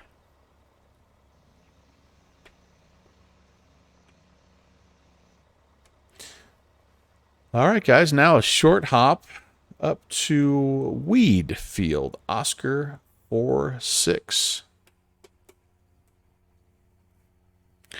Yeah, I wonder if any of these, I don't know if you guys have had a chance, but if anybody does a little research here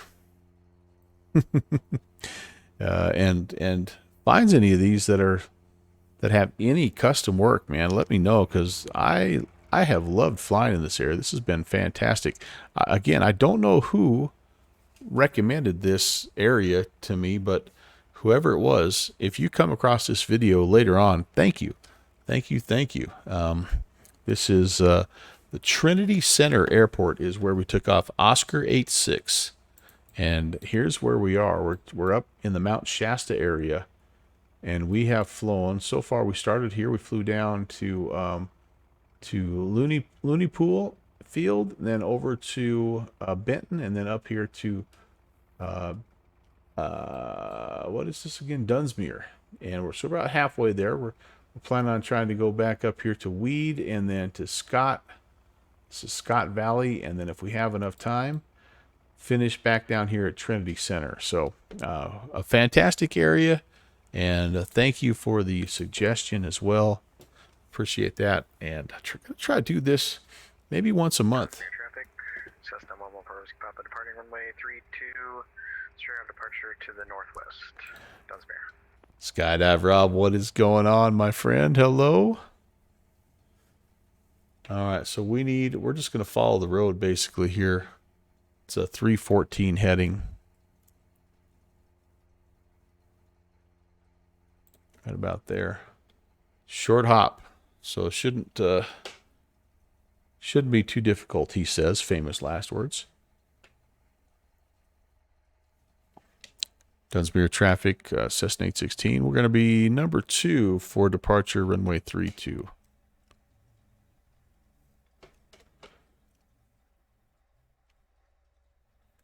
Did you go full length there, Fixie? Yeah, it was scary close. Raj. So I've got a little bit of a... I don't mind going full length, but... Oh, I got a back taxi, I guess, don't I? Yeah. Dunsmuir traffic, Cessna 816, back taxi 32 for departure.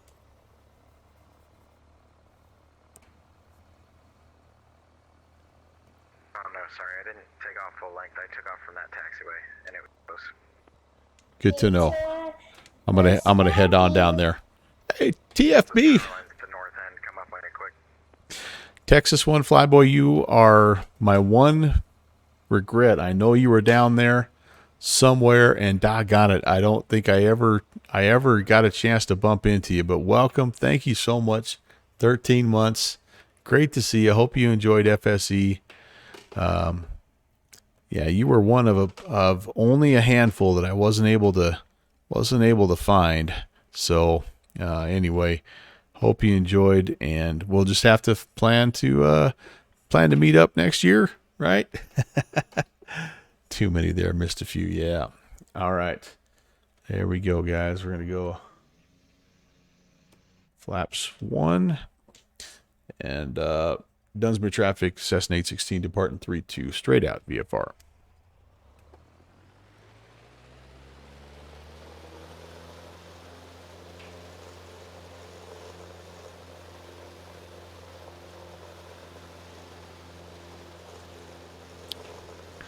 We've got airspeed.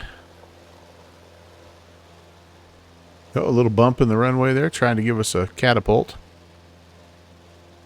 60, 70, getting light, and there we go.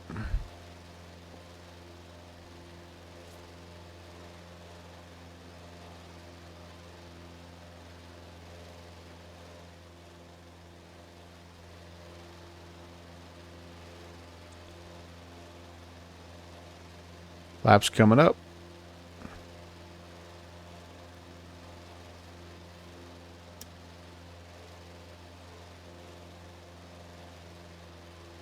Boy, we are struggling for performance right now. All right, airspeed, please.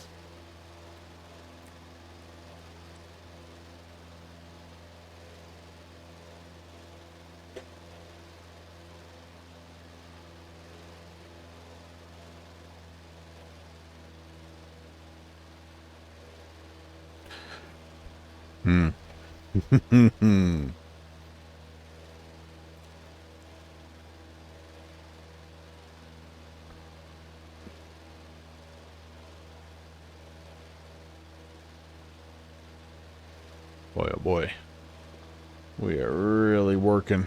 Really working.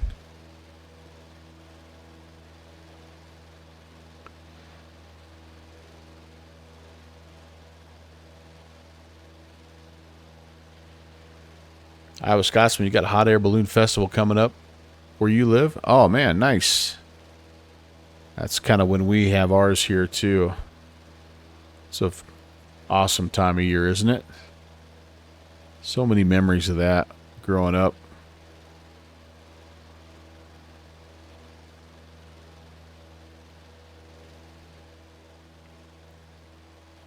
Okay, so there's Mount Shasta. What is this little place? Mount Eddy? What is this? What are we looking at here? Yeah, Mount Eddy, maybe. Very cool. Very cool. Yeah, because there's Mount Shasta over there. Awesome. All right. We are along the road, or the right road here, I believe. Weed Field. Let's take a look at the specs.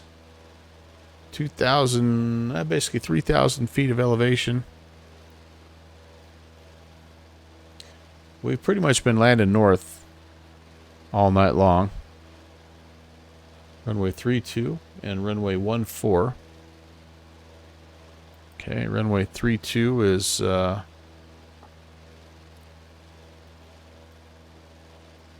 probably going to be the field or the runway of choice. Although maybe not. If we go around and make a left-hand pattern for runway 14, yeah, you know what? I guess it doesn't really matter.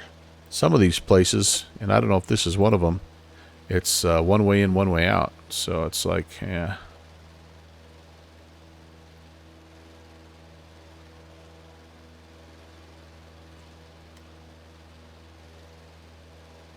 All right, well, we've achieved pattern altitude at least. It was a fist fight to get up to 4,000, but we're there. Let's let the plane kind of level out here a little bit. Gently trim it forward. And we'll just follow this highway. Not long. I forgot to set my watch even, so I've kind of screwed this one up as far as looking at my my timer on my log. But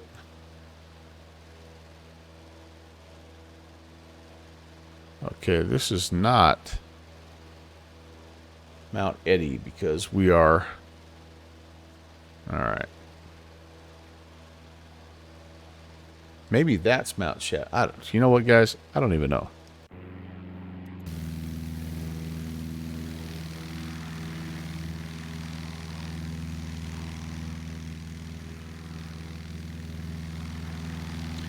Yeah, I think that's Mount Shasta. And then this would be... I honestly don't even know. Oh, sorry. Eric answered that. That is 6358. So is that Mount Eddy that I'm looking at? What am I looking at there? Or is that just an unnamed hill? I guess it is. Just like a little unnamed... It's this guy right here, right? Doesn't really have a name. Yeah, okay. Weed traffic, Cessna 114 Whiskey Papa is like 5 miles to Yep. the south. We're gonna make straight in for runway 32, man. Eddie's up there. He's right behind you, bro.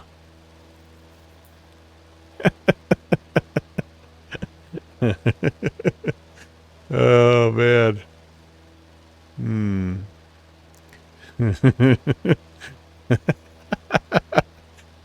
Somebody's got to clip that. No, don't clip that. We're family friendly here. So right past the cone, that cone's about halfway. Fly heading 420. Oh my gosh, you guys are terrible. Terrible. My grandkids are going to be watching this stream one day.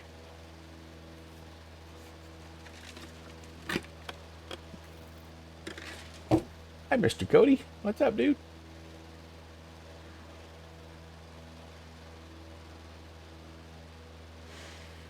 Okay, right around... You ground looped there. Wouldn't know it. Into the weeds. You guys. I've missed you so much. Alright. Let's level off here. We've made enough altitude here. We're high enough. Okay, that was just out there, right? Uncle Jokes enabled. There's Edgewood.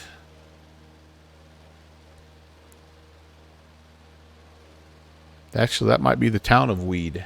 I don't know. Edgewood might be up a little bit farther. And then we have, apparently, you have Lake Shasta up here as well that we're looking for.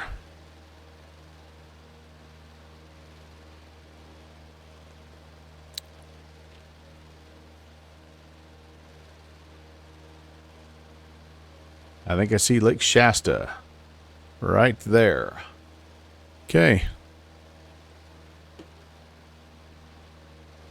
Boy, we're trying to climb, like getting updrafts or something.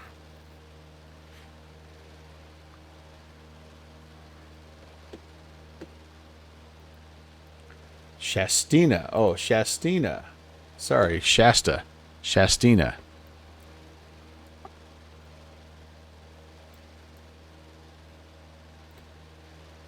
Words matter. Spelling is a thing. I've got Shasta. I'm drinking this gigantic Diet Dr. Pepper, so I've got Shasta soda on the mind, I think. Words are fun. All right, stay along the highway, though. That's the main thing here, guys. Just stay along the highway. We should be able to find where we're going. Want to go touch and go here, Fixie?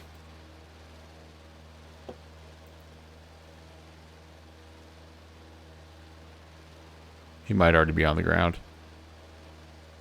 Oh, no. I'm going to try to go touch and go, then over to Scott Valley. I'm kind of getting a little tight on time here. I really want to try to make it back to Trinity Center. I can.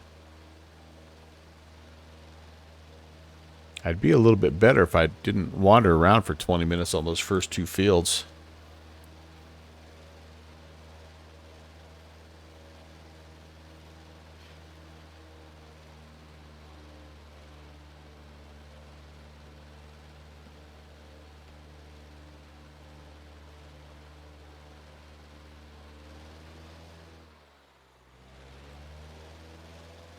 Thought that was carb heat was adjusting. Sorry about that.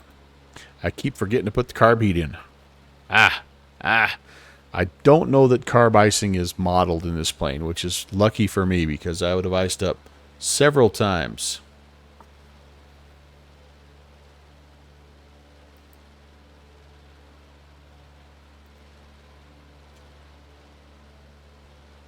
All right, I got to start looking here because my airport should be right off of the kind of the southwestern edge of Lake Shastina.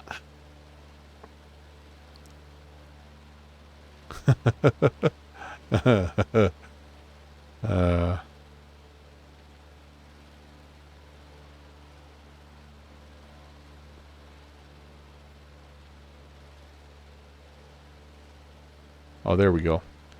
Yeah, weed traffic, November 11816, is entering a right-hand downwind, runway 3.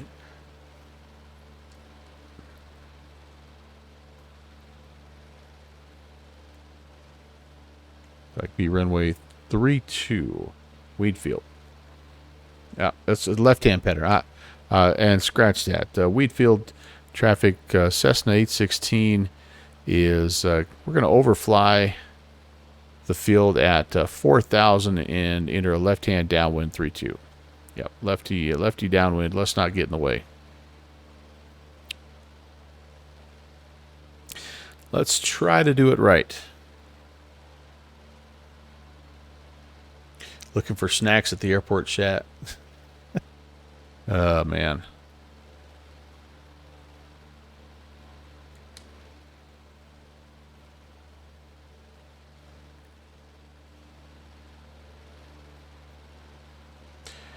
So, there's our field. Overfly. Yeah, 3,000. Well, we're not exactly at overfly altitude. I think we're supposed to be at 4,500 feet for the overfly.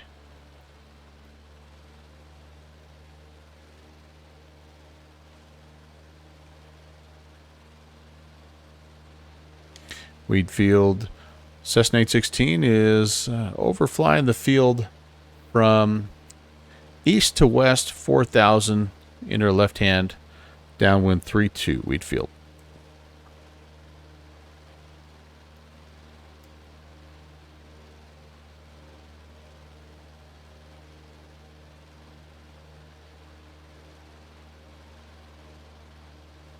Yeah, you wonder about the people that named the town, right? Like, there's no positive connotation for the word weed.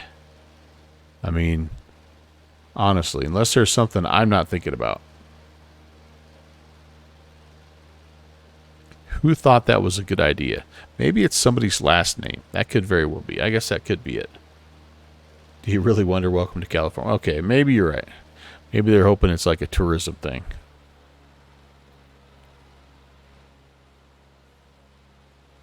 Yeah, Wheatfield, Cessna 816 turning left downwind 32, Wheatfield. Don't throw the flaps in while you're turning. Don't do that. Don't do that.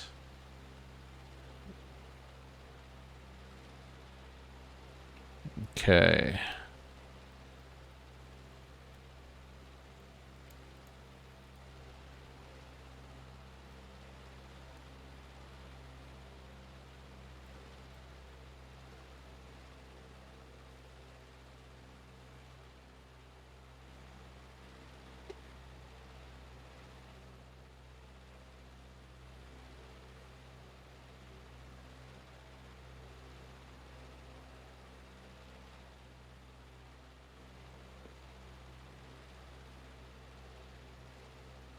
Wheatfield traffic.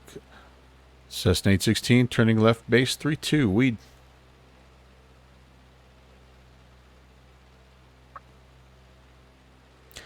Yeah, it's just one of those towns that I'm sure has an interesting backstory for their name, which, I mean, whatever. Like, I just think it'd be kind of cool to hear what that backstory was.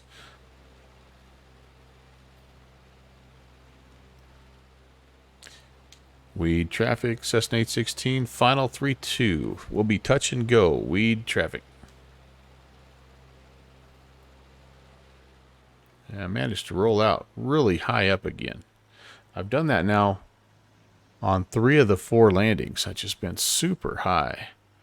I'm just not quite getting my hit my marks here, am I? All right, here we go.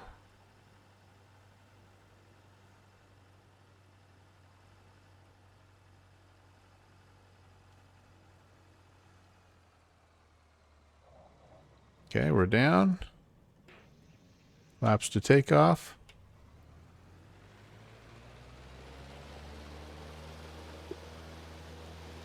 Weed traffic, Cessna 816 on to go 32.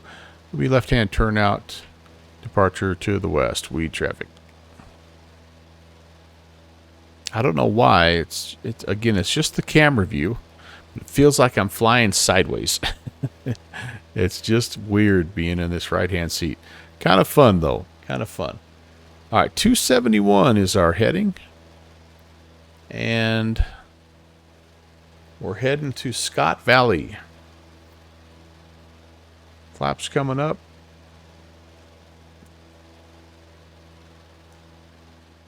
Looks like we're clear over there. Let's make that turn. Weed traffic, Cessna 816 is turning westbound, climbing 3000. Final call, Weed. Abner Weed, there you go. Well, there you go. In that case, it makes perfect sense. Perfect sense.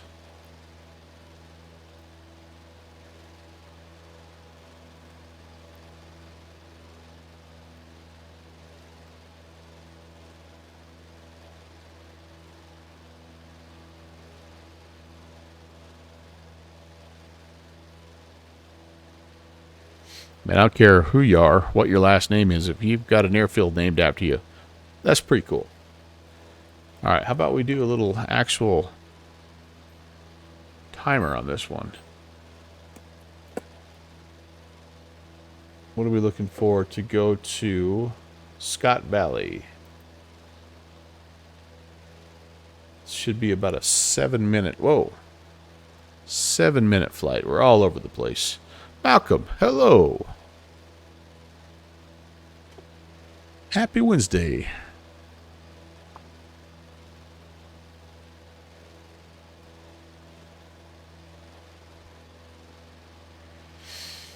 And this ridge here, guys, this might pose a challenge. This is a 6,000-foot ridge. We do have a highway that runs just north of where we are right now that we could go grab if we needed to. Have we been at 6,000 any time today? I don't know that we have.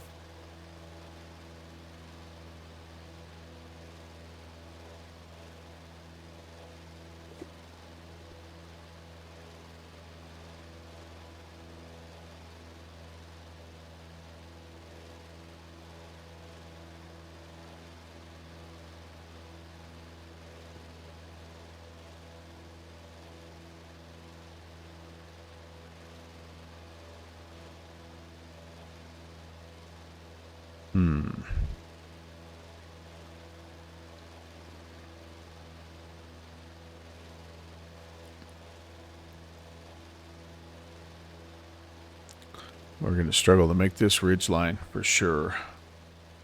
I don't really feel like going all the way around north here. Looks like we do have some, maybe some, might not be lower terrain, but we have a longer distance until we hit the ridge line. So maybe that's a better option for us.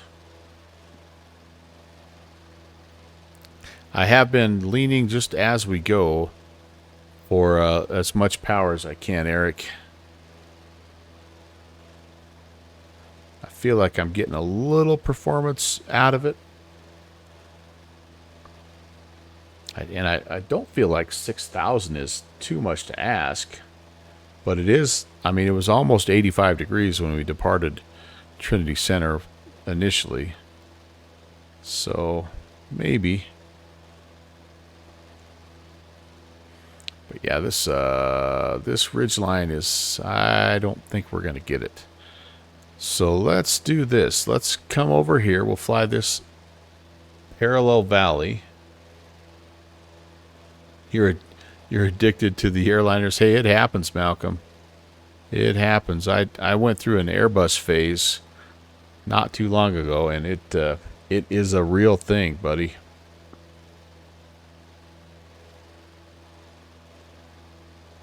Okay. Get some airspeed. And just try to generate. Ooh, there's a little wind. So that wind's coming off of our left, which would mean technically it would be an upslope or an updraft as I go into this little valley. But then again, it might be rolling over the top of this. But once it hits this side, you would think it'd be an upslope. How about let's do this? Let's just test it out. Let's go. What I'm going to do here is ride this ridge line here and see if I get any upslope. If the wind is coming from our left, we should see significant upslope. Oh, and we kind of are getting that, guys. Did you see that? I'm going to try to keep the airspeed up here, and this is one thing that X-Plane 12, I don't know, but X-Plane 11 modeled this pretty well. I would think X-Plane 12 would as well. But yeah, we could maybe have the upslope help us out just a little bit, the updraft help us out just a bit. It might have been okay to be over on that side too, but this gives us, we've got all kinds of room to bail out if we don't like what we see here.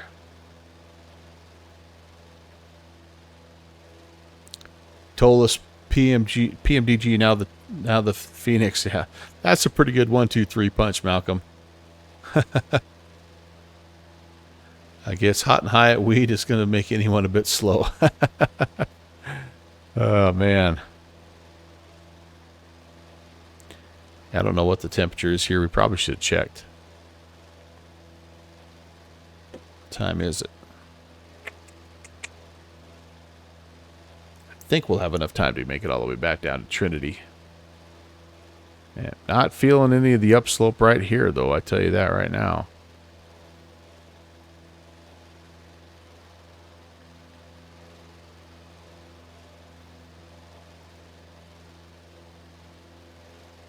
$5,000. Almost, anyway.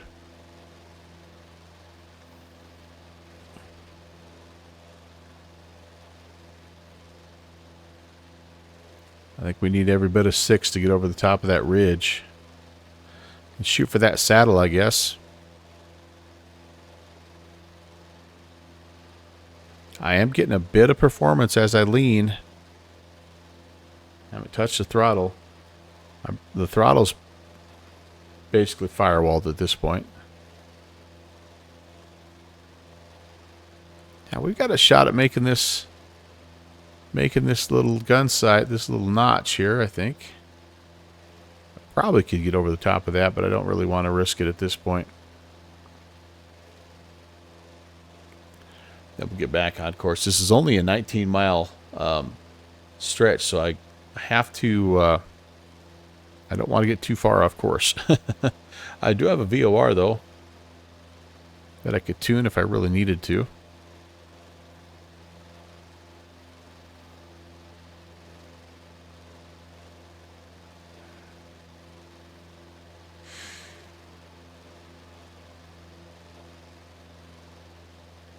All right, we're going to get over this hill. Hopefully there's not a surprise waiting for us on the other side.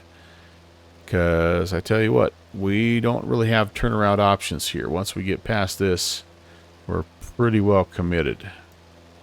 I could still turn at this point. I think we've got room on the other side. Yep, we do. So we're okay. We're going to keep after it. We're going to try to make this turn back and get on course here if we can. Still got to get up just a bit, though. Just a bit.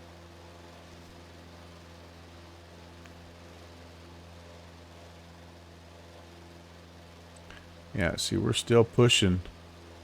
Yeah, let's cool it off a little bit. I guess that's showing 62 degrees or so.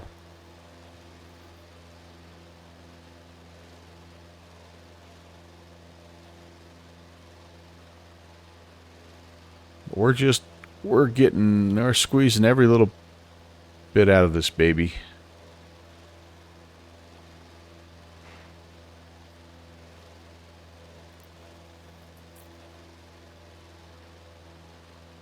No kidding. I didn't realize that. I'm not what you call well-read.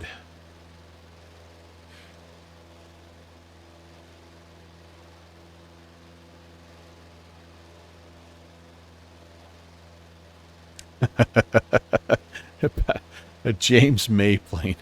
20 seconds from being the bleeding edge of the envelope at all times. Oh, yeah.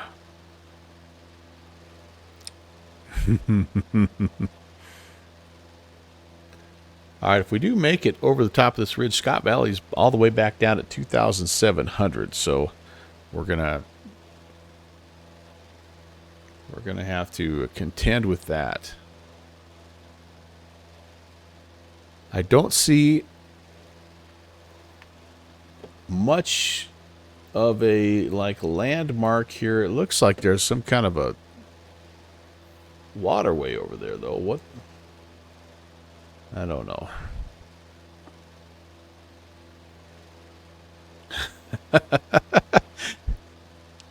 You've ground looped at Scott Valley as well, huh?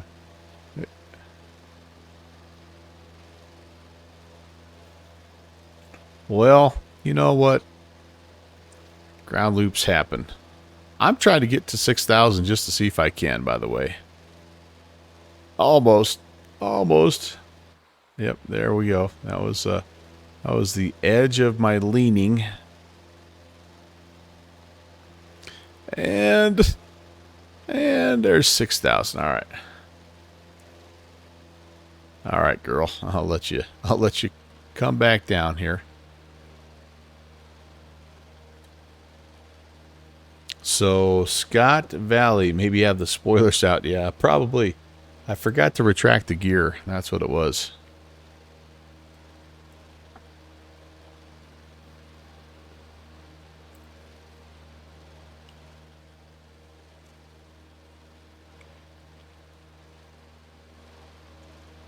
Well, I would think this is the Scott Valley. Can we find the airstrip? Now, that's the question. Let's get her down to 3,200 so we can overfly if we need to.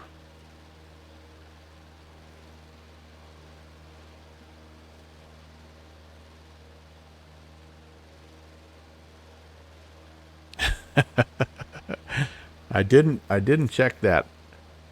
That could very well have been what happened. Good fixins.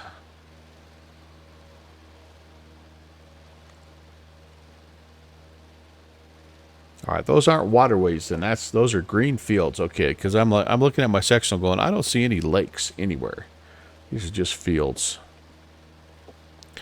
So the Fort Jones VOR 1625. Let's just tune that in, just so we can see if this works. Okay, that came alive. That's nice. And honestly, if we would intercept about a 340, that would put us right where we need to be. Spin that guy around 340. All right. So we're a bit right of course right now, but that could change in a hurry because we're kind of flying almost perpendicularly to that radial.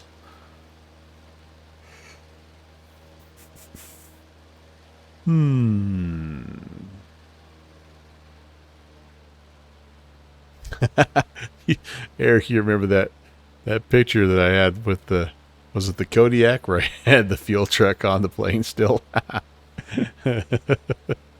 Oh yeah, that was not a good day. Got surprisingly good performance though, even though I had a full-on fuel truck still attached to the aircraft. Scott Valley traffic, Cessna 816 is just to the east of the field, descending 5,700 inbound. Scott Valley. Oh, it was the King Air. That's right, the King Air 350. Well, no wonder. That thing has those two twin turbo props. Oh, man. That was good. I do remember. Scott Valley, I think, did I brief this north and south alignment here? So, yeah, runway 16 and tree 4.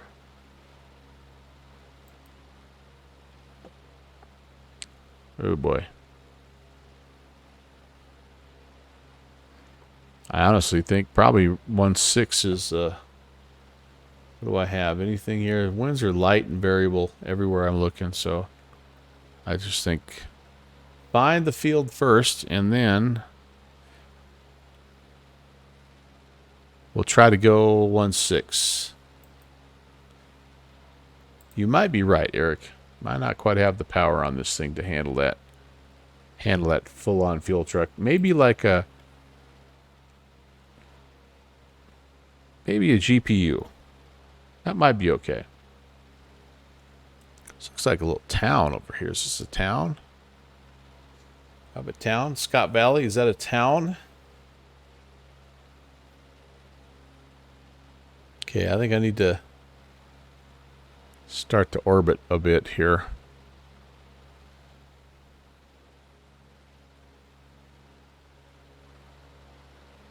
Oh, I think there's the airfield. Yep, got it. Scott Valley traffic, Cessna 816 is on the upwind leg, runway 16.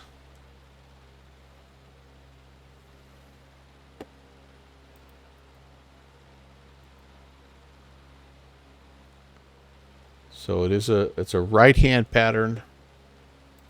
Okay. Scott Valley traffic, Cessna 816, right upwind, runway 16, Scott Valley.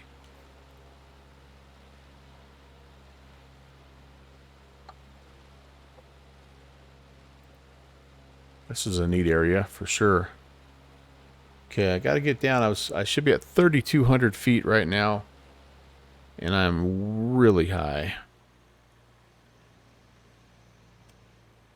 First notch is coming in, and we'll lose a little bit of this altitude we have, hopefully. Yep, I see a 3-4, so that's good. We'll extend our... Oh, actually, we're on the right downwind. Sorry, geez. My radio calls today have been horrible. Scott Valley traffic correction. Cessna 816 is on the right downwind, runway 14. Excuse me, runway 16. Scott Valley. Man, I can't get anything right. Can't get anything right. One. Okay, third time I'm checking. It is a 1-6. Okay. A 1 and a 6.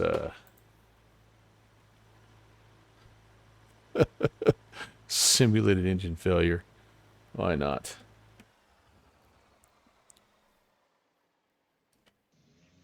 Flaps are coming up. Scott Valley traffic, Cessna 816, declaring emergency.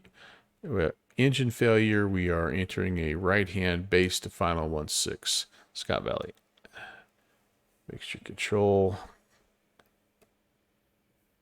Yeah, I wish you could feather. You can't really feather here. Oh boy, we're high. Very high. All right, get yourself to final. Actually, it's not bad. It's kind of working as a little bit of a break here, isn't it? Oh boy.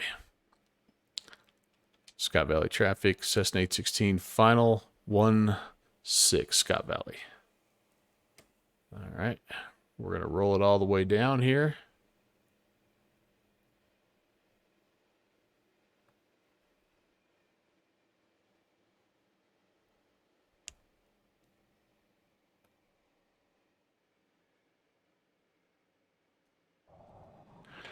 All right. Whoa, boy, we really needed to correct for crosswind there. Didn't do a very good job of that. All right. There's your moment of excitement for the day. Good job. Thanks. It was fun. I don't do enough of that. I really should practice that stuff much more regularly than I do. Much more regularly. Thanks, man. Could I do a barrel roll? You don't have enough channel points, Jeffrey. You've only been an ascriber for 3 years. Do I have? Okay, thank goodness. All right, one final leg, guys. Back to Trinity Center, and that is gonna. It says you can. Man. Is this thing rated to do a barrel roll? Oh, I got a back taxi here. Okay, we're going to do this. Since winds are variable, we're just going to depart runway 32.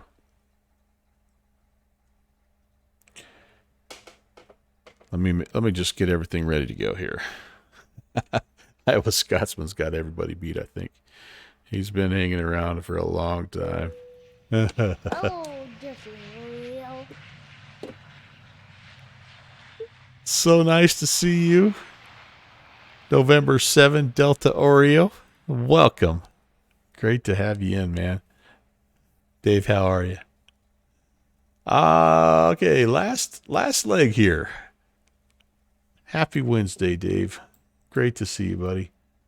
154 heading, and not exactly just right down the river either here. So this is going to be a tough one.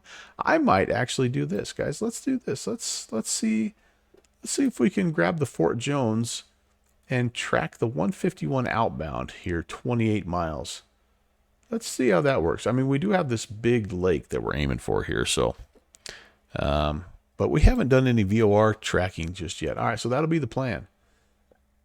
So we're going to fly a right-hand pattern. We're going to head southbound here, and we're going to track 151 outbound.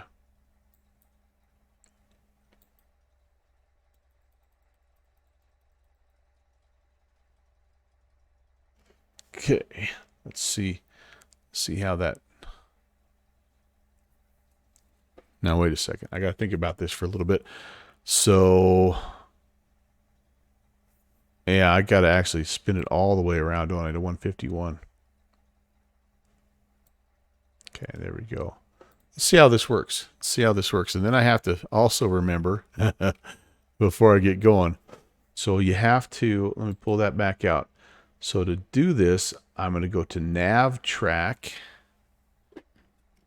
And I'm working off a nav 1. I think that's okay. Yep, nav 1. No. Yes, 116.25. Nav 1. Okay. Yeah, we've got a shot at doing this. Let's find out. Scott Valley traffic, Cessna 11816 departing runway 32 will be right-hand downwind departing the area to the south. Scott Valley.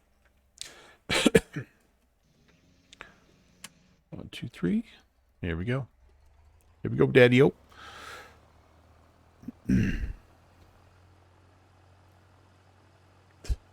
Guys are still talking barrel rolls. Oh, yeah. No. No barrel rolls. I'm not good at my aerobatics. Not good at my aerobatics. Here we go, guys. I just want to see if I can track a radial.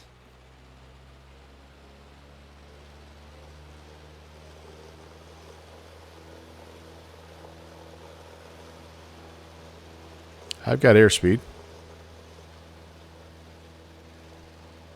60.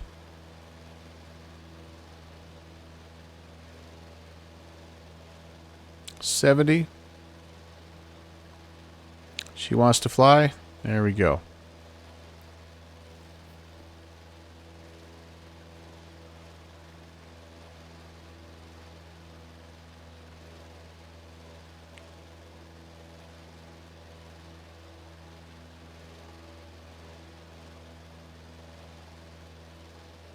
$400 feet.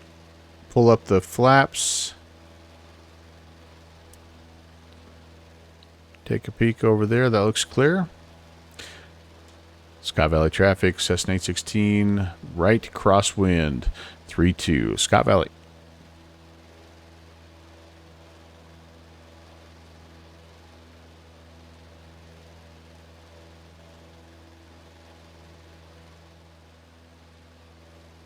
It's been an exercise in patience today.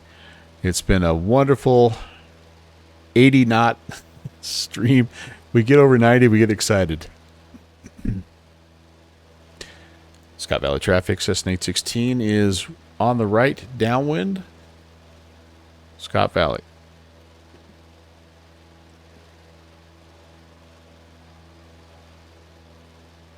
You know, here's the thing about this is like I'm not 100% sure I would fit into this plane. I'm 220. I'm not tall, but I'm every bit of 220, and or maybe one of us is fitting in it, but it's kind of like that old joke. You got you and the CFI. You get to pick one for your flight. That's the whole thing. I want to find that. I want to find the old Cessna 152 that my grandpa flew, and just take a look at that, just for size comparisons. Because as a kid, man, that thing felt like a 747, right? It just was massive, tall. You had to climb up into it. And now I bet it just looks like a little tiny Italian sports car. But yeah, you just don't have, there's not much room. I think about our friend LP Nils, and every once in a while he'll post a shot. One of his jobs at the airport is repositioning planes, and he'll post a shot, or he's posted a couple shots of him sitting in a Cessna 150, and he's got 1 foot on the right hand side and 1 foot on the left hand side. It's that small. Oh, right, Jeffrey? Like, yeah, I was with you. Like, that was a tight spot. That was definitely a tight spot.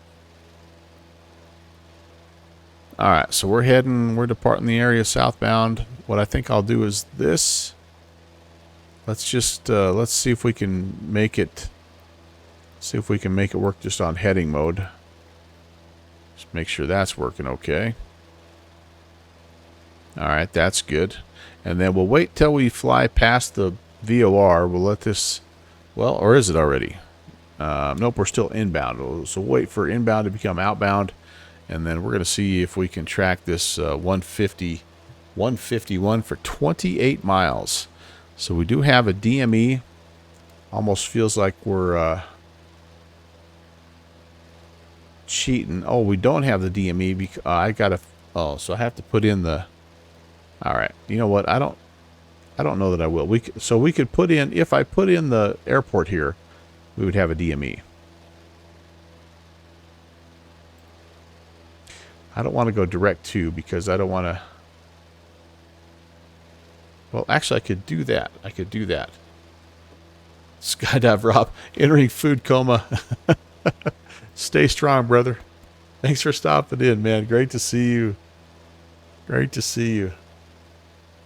Okay, I'm going to do 8th. Wait. No, not 8:30. I want to go Oscar 86.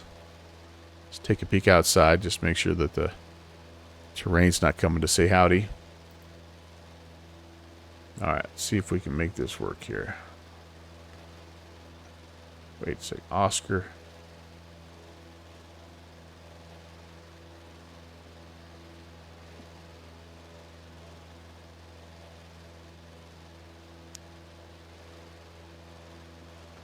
Oscar 8, 6.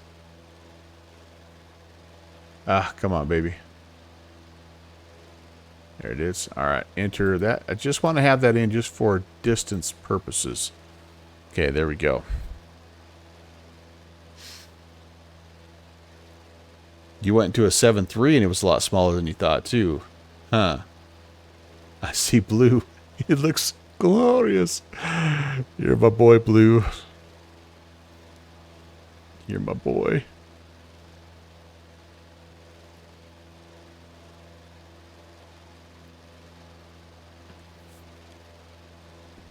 All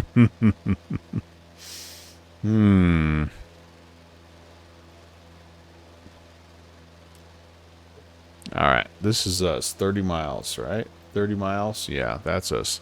So we're just about to the VOR. It should be anyway.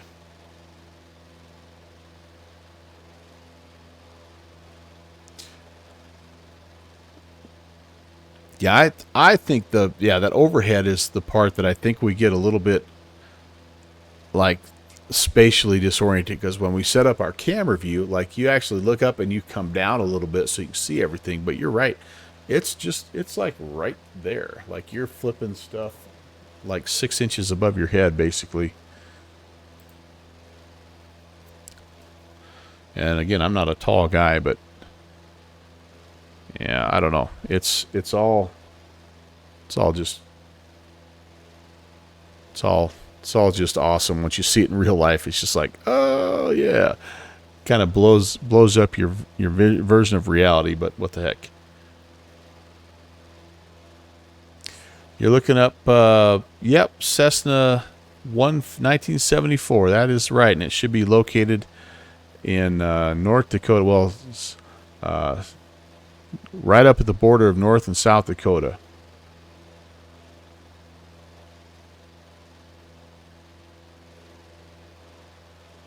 That is it. And I have a small, like, one of the things I want to do this summer while I have a little summer break is make a pilgrimage up to that town and see if it's there. I've tried to contact him. I've written him a letter, and I'm down to just thinking I'm going to have to cold call him, or go into the local gas station and just say, hey, you know, what can you tell me about this guy? Does he mind if people come out and visit him? Most people in South Dakota are so good and friendly about that stuff. I was born in South Dakota and grew up there in the summers, and so I think the guy would get a kick out of it. I really do. I think he'd love to hear the backstory, some of the things that my grandpa did, and Dick Hendry, and where it came from, and all that stuff. So, yeah, I'm trying to scrape up enough money to make that road trip, because that's also where my mom is from, and she grew up there, and so we could make a big loop and hit her old hometown. We could see some family, She's got some relatives that live in Minneapolis, St. Paul. I mean, it would really be an awesome trip. Dave, love to see pilots still using VOR old school. Yeah, it's fun. It's fun. In real life, when you fly, it's yeah, you just don't use it anymore. And why would you, right? The GPS stuff is so much easier in so many ways, and I mean, it's so safe. I get it, but I'm just because I'm old, I think I like to do stuff old school. I don't know. All I can tell you, though, is this baby is not swinging around very fast. We're tracking from now, but it's still way showing we're way right, of course. But again, we're only about 2 miles. I wonder if you could see it. If you can see where it's at. Sometimes you can see where they are in the picture.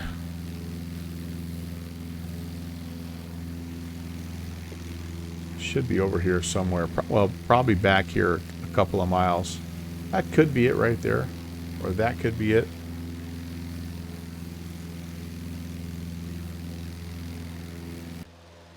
Get rid of the 430.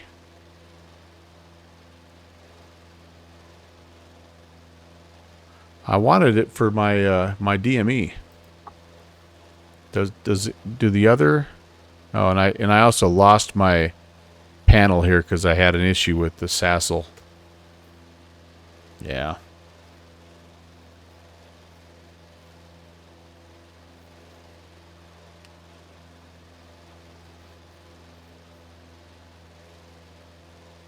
Look at us rocking almost up to 6,000. Guys, huh? I think I see the needle moving a little bit here too. I don't know that we're necessarily going to be able to just fly direct the outbound radial though, just because of terrain. As you can see, we may have to kind of skip to the one side or the other of this little hill because we're kind of heading right toward it.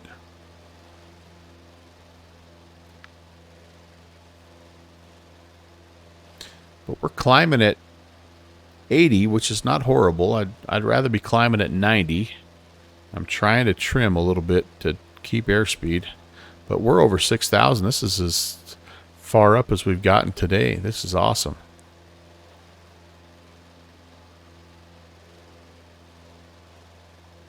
We're slightly eastbound. We should be like at 5,500, but Captain Casey, hey, how's it going? Good to see you again, man. Yeah, this is the vflyteair, and it has about 4 different panel options now, and so whoops. So this is one of them. It has the good old 530 in there.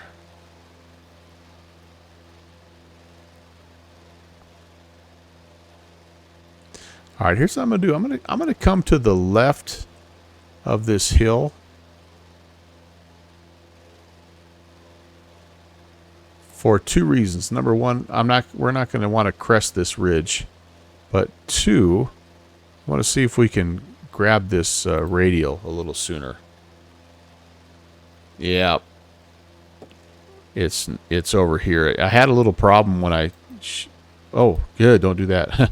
When I shut down at the first field, and then I turned stuff back on, it had a little Sassel crash. I have that problem anytime I try to go to the load manager on that little side menu, it does the same thing. So I don't know what's going on, but it's not good. At least it doesn't crash the sim. Everything still works, you just don't have access to that side menu. Maybe this was a bad choice because it looks like this ridge line just goes all the way across. This might have been a bad choice. All right, it's not too late though. We can come back yonder. Let's get on the other side of this ridge.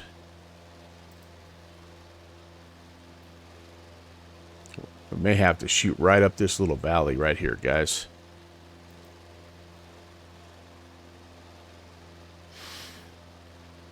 Dave, you're going to want to tune in to Jeffrey's stream tonight. He did tell me he's streaming, and he's also showing some pretty cool footage from a scuba diving trip that he just got back on. So you're going to want to be here. It should be awesome. There it is. There's with the official A firm.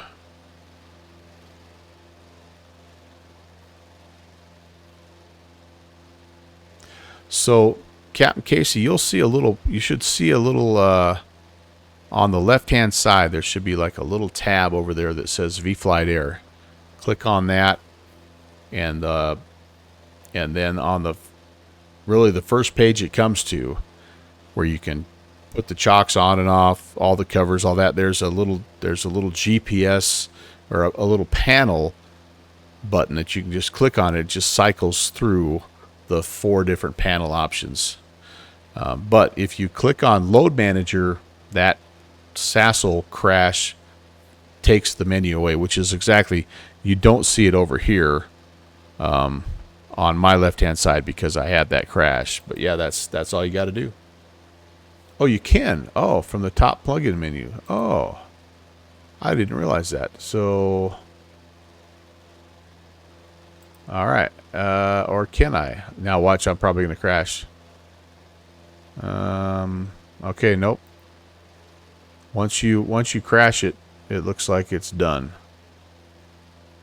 Do I dare do a reload script?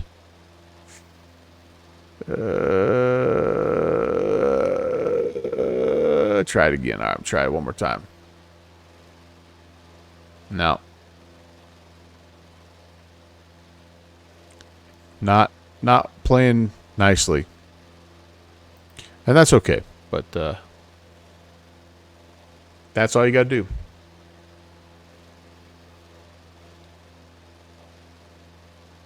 Yeah, that's what I was thinking.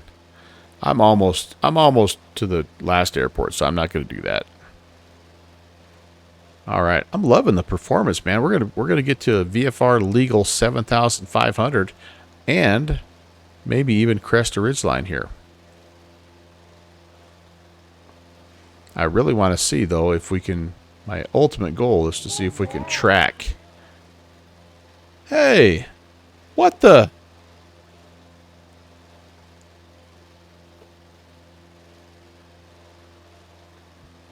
What in the world are you doing, Eric? Holy cow. Beaver 524 Echo Alpha with the $100 dono. My friend, did you miss a decimal in there? Because, like, I'll refund you if that's not what you intended. Holy cow, my friend. Wow. Wow. Wow. That is... I'm speechless, dude. My gosh. Wow. Huh.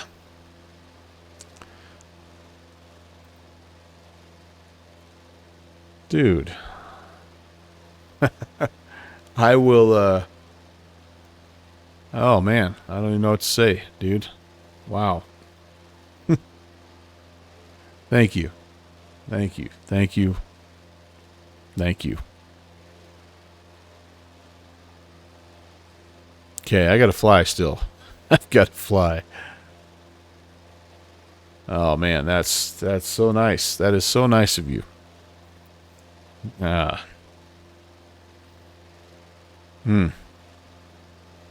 Awesome. All right. I gotta fly.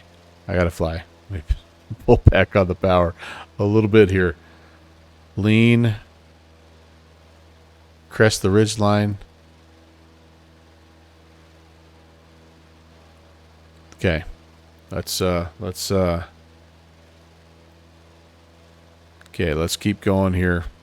We're going to see, you know, the other thing I guess I'm thinking here is I wonder how well I'm going to track this given the fact that I'm in and amongst all this terrain. Like I don't really, if the VOR is down here in this valley, I don't really have a great line of sight.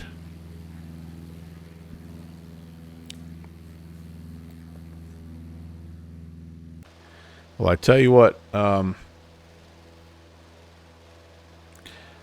yeah,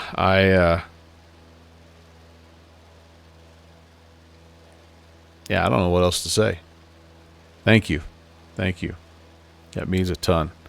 Means a ton.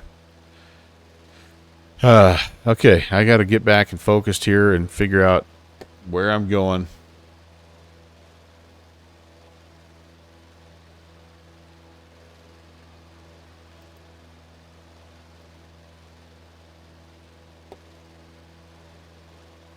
I'm not sure how many of you, I think most of you that are here know about our friend 524 Echo Alpha. If you don't, well, you just got a little bit of an insight onto what kind of a person he is. Super generous. He's been here the whole time. He's been helping out.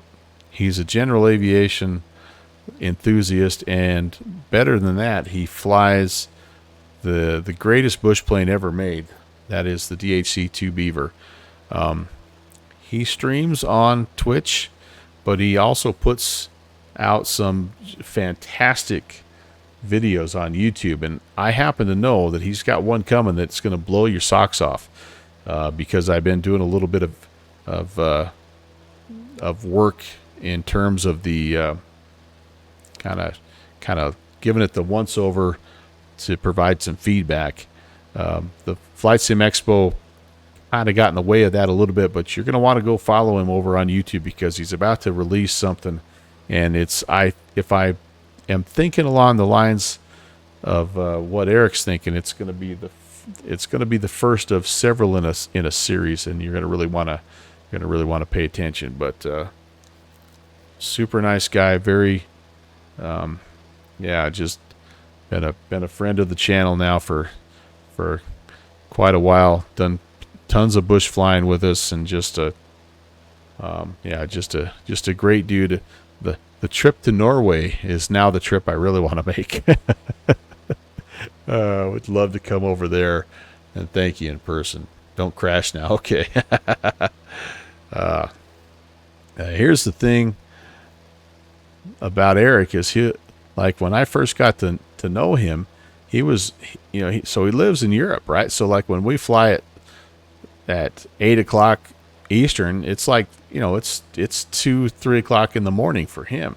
I was convinced he was vampire for about the first 6 months I knew him, because he never he just never slept.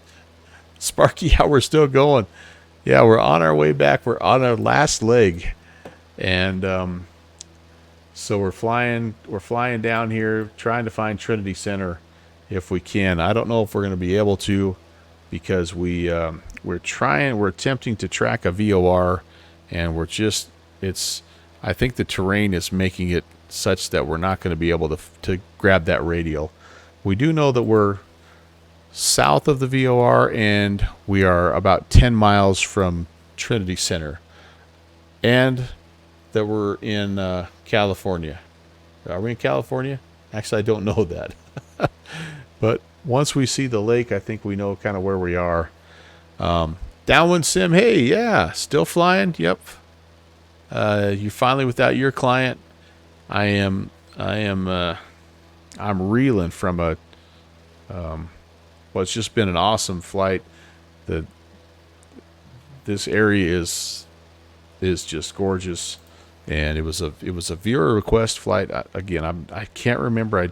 I did everything but write down who requested the flight. Like, I wrote down the airstrip, I wrote down the area, got some details, but I forgot to note who actually made the request. So, like I said, if whoever that is, if you come across this later on, thank you for the idea, and been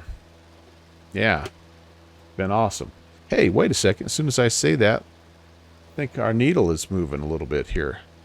So I was hoping we'd be able to track it a little bit. I just wanted to see if I could remember how to make this Navimatic. How about this, Downwind Sim? We don't have no fancy Navimatic 400. Look at what we've got in this bad boy. The old 300A. How about that bad boy? Oh, man. Okay, so yeah, it's not even a 300 Bravo. We may not be able to. I don't think we're going to be able to get over fast enough. All right, well, it'll have to be for another stream because Trinity Center is on this near side of the lake. All right, it'll have to be for another stream. We're going to go ahead and turn it off. And yeah, get ready to come into Trinity Center. Trinity Center traffic, November 11816, is about 7 miles north of the field at 7,200 inbound. Trinity Center. Right seat in the citation wouldn't be too bad. Ralph, I told my wife that story, and she's pulling for you, buddy. She's pulling for you.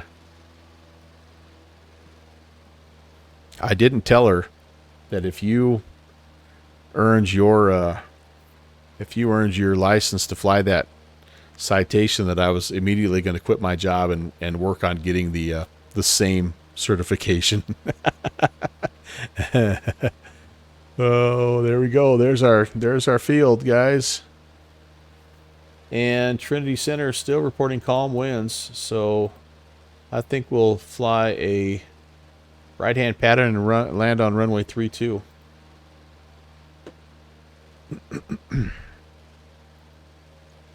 Look at that, though. It's picking up our VOR. We would have been okay. Okay, time to descend. Trinity Center elevation is 2,400 feet, basically 2,390. I do have an altimeter setting of 308. Pardon me, 299 which is pretty close to where we started.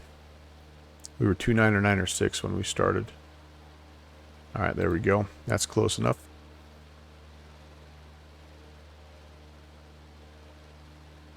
So 24, 34, 39 would be, 29. No, geez, 34. Let's get to 34, see if we can get in the pattern.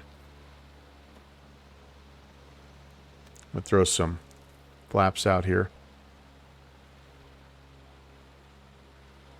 Yeah, we'll take the wind info with a grain of salt because the AWAS is often very unreliable. It's on 34.3. I wonder if we could actually pick it up. Let's see.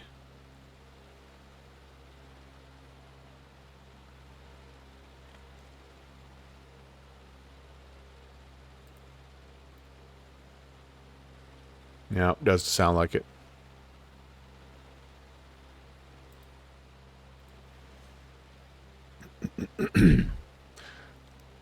Well, we felt it a little bit, Eric, when we were taking off because we were getting moved around a little bit and a little bit on the taxi also. So yeah, probably not completely calm, but we're gonna give it a shot anyway.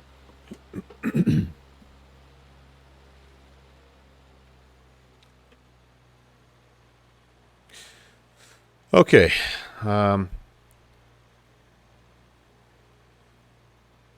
So we don't have gas is on. Undercarriage is welded. Mixture full forward. Don't have a prop lever. Switches, landing lights coming on. Okay. Trinity Center traffic. Cessna 816 is entering a right downwind runway 32. Trinity Center.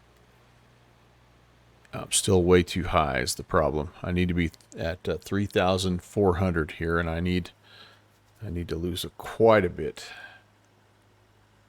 Quite a bit. Let's get some orientation here. 320. My pattern work needs work, by the way, guys. I have not been really in the pattern like I would like to be really all night long. So, yeah.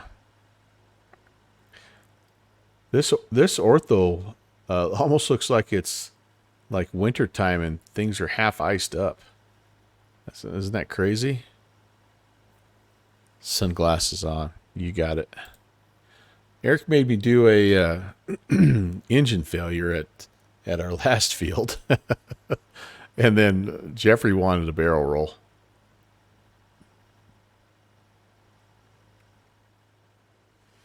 This is pretty country, though. Holy cow. Really nice. Really nice.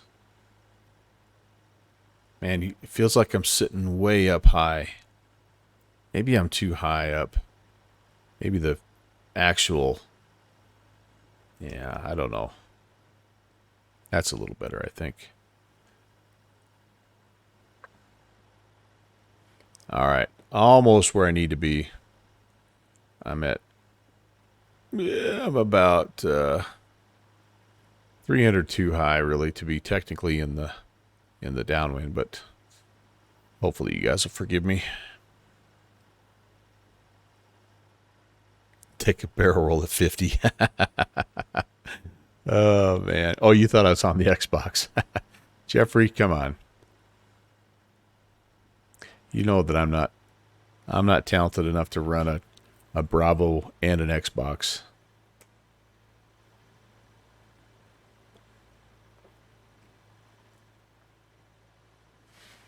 Okay.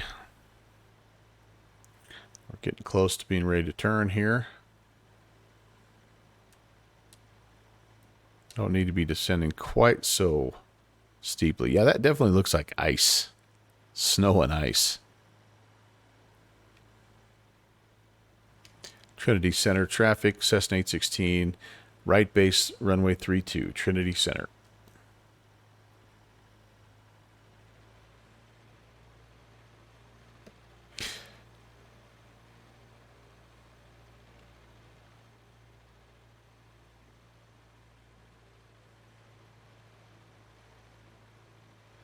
Getting a little slow. Trinity Center traffic, Cessna 816 on final 32, Trinity Center. Ba, ba, ba, ba.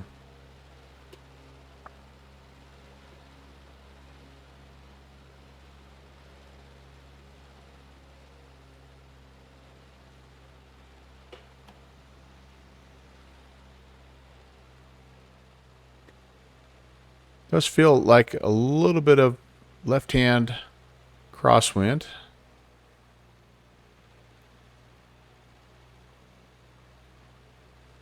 You know what, guys? I may need to correct myself. I actually think I might have downloaded a scenery for Trinity Center.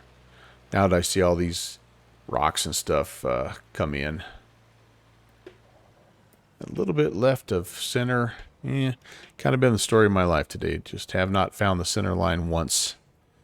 I don't think. Probably my best landing was the engine out landing. Maybe that tells me something.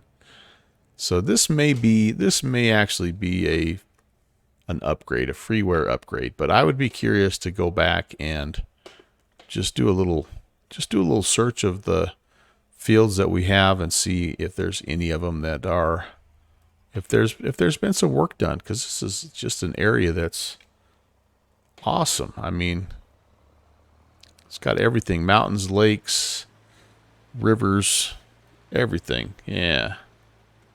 You think this is stock me? Okay, well, could be. I mean, the new tools in WED give you the ability to make some pretty amazing things just with the stock scenery. So, could very well be. Trinity Center traffic, Cessna 816 is clear of 32. I think we're down here, guys. I think we're down here. But this aircraft is the only one that makes me think that maybe it's not. I don't know. I could be wrong.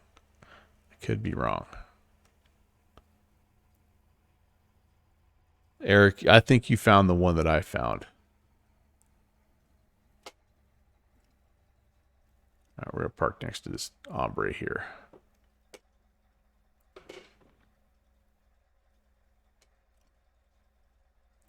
And that, my friends, will be that. Parking brake. Oops. Parking brake, please. Avionics buses are coming off. All of our lights are coming off. Mixture to cut off. Awesome. Alternator battery and off. And I can't, unfortunately, maybe I can do it out here. Can you put the... I wonder if the Sassel crash has taken this part away as well. I wonder if I can put the chocks back on. Chocks, can I? No. Don't know. Oh, gosh darn it. Sorry, guys. Yeah, no, can't. Can't put anything back on. Bummer. Oh, I forgot to... I left my flaps down. Shoot. Yep, no power. Can't retract those. Oh, well. We're just going to have to... We're just going to have to enjoy the view of the lake and just forget that those flaps are still down. Sparker, yes, I do remember you guys talking about that. Yes, indeed. So that'll be a lot of fun to see what they come up with. I do like what the changes that they've made. I think there's some really cool tools that they've introduced, which is fantastic. I mean, as it gets better, the scenery gateway is going to get better, and just everybody, top to bottom, is going to be is going to just enjoy the heck out of things. So, all right, you guys, let's do this. It's been an awesome stream, but let's close her down here for the day. Thanks for watching my papa. Oh, man. Yeah, thank you guys again so very much. It was a fantastic stream. I really enjoyed it. I missed hanging out with you guys, and it just felt good to be back. It was kind of like weird, but at first, but I did finally get back into the swing of things. But if nothing else, just having you guys here to hang out with. I don't know about you, Sparky. I don't know, Jeffrey. I mean, Eric, you guys, you've been away from it for a while, every so often, and then coming back, it's just so much fun. It's just so refreshing. Wendo, you came in here. Hey, how's it going, Wendo? Nice to see you. And sorry if I missed you earlier, but good to see you. I'm just kind of trying to wrap things up a little bit here, and I gotta say thank you. Lots of thank yous today. Holy moly! I tell you what, it was something else here. Jeffrey came in. He got the party started with a 39-month re-ascription. And yeah, we're getting old, I think, Jeffrey. That does seem like a lot. Steve, PHL, he was a 29-month re-ascription.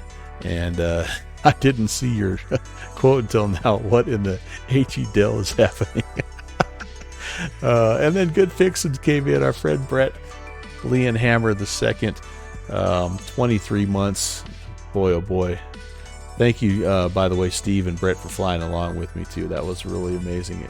Rock Valkyrie, he was in here 31 month re-ascription. So that was really cool. Thank you. And Skull, back to you. And then Texas One Flyboy, 13-month re-ascription. So man, I tell you what, it was great to hang with you as well. And then our friend Eric Beaver 524 Echo Alpha with the $100 donation, and he's wanting me to go see 11816 and bring you guys along for the ride. Now I just got to figure out how to do it. I got to get things lined up and make that happen. So thank you again so very much, guys, for all of your generosity, and thank you just for hanging out. Again, you wonder, there's like a little tiny bit of me that was like, will they remember? Will they still even care? I've been gone for a week, but yeah, anyway, so yeah, get those goals in a row. That's right. You know what? I do too. I know the guy. I'm going to look up Mr. Vanderwall and say, hey, let's go. What's up? I'm ready. It's not that far away from where I live too, which is the nice thing. It's a day's drive. So, yeah. So it'll be in the works starting about 30 seconds after I shut down this stream. So appreciate that. All right, my next stream. Speaking of streams, so I was supposed to go tomorrow night.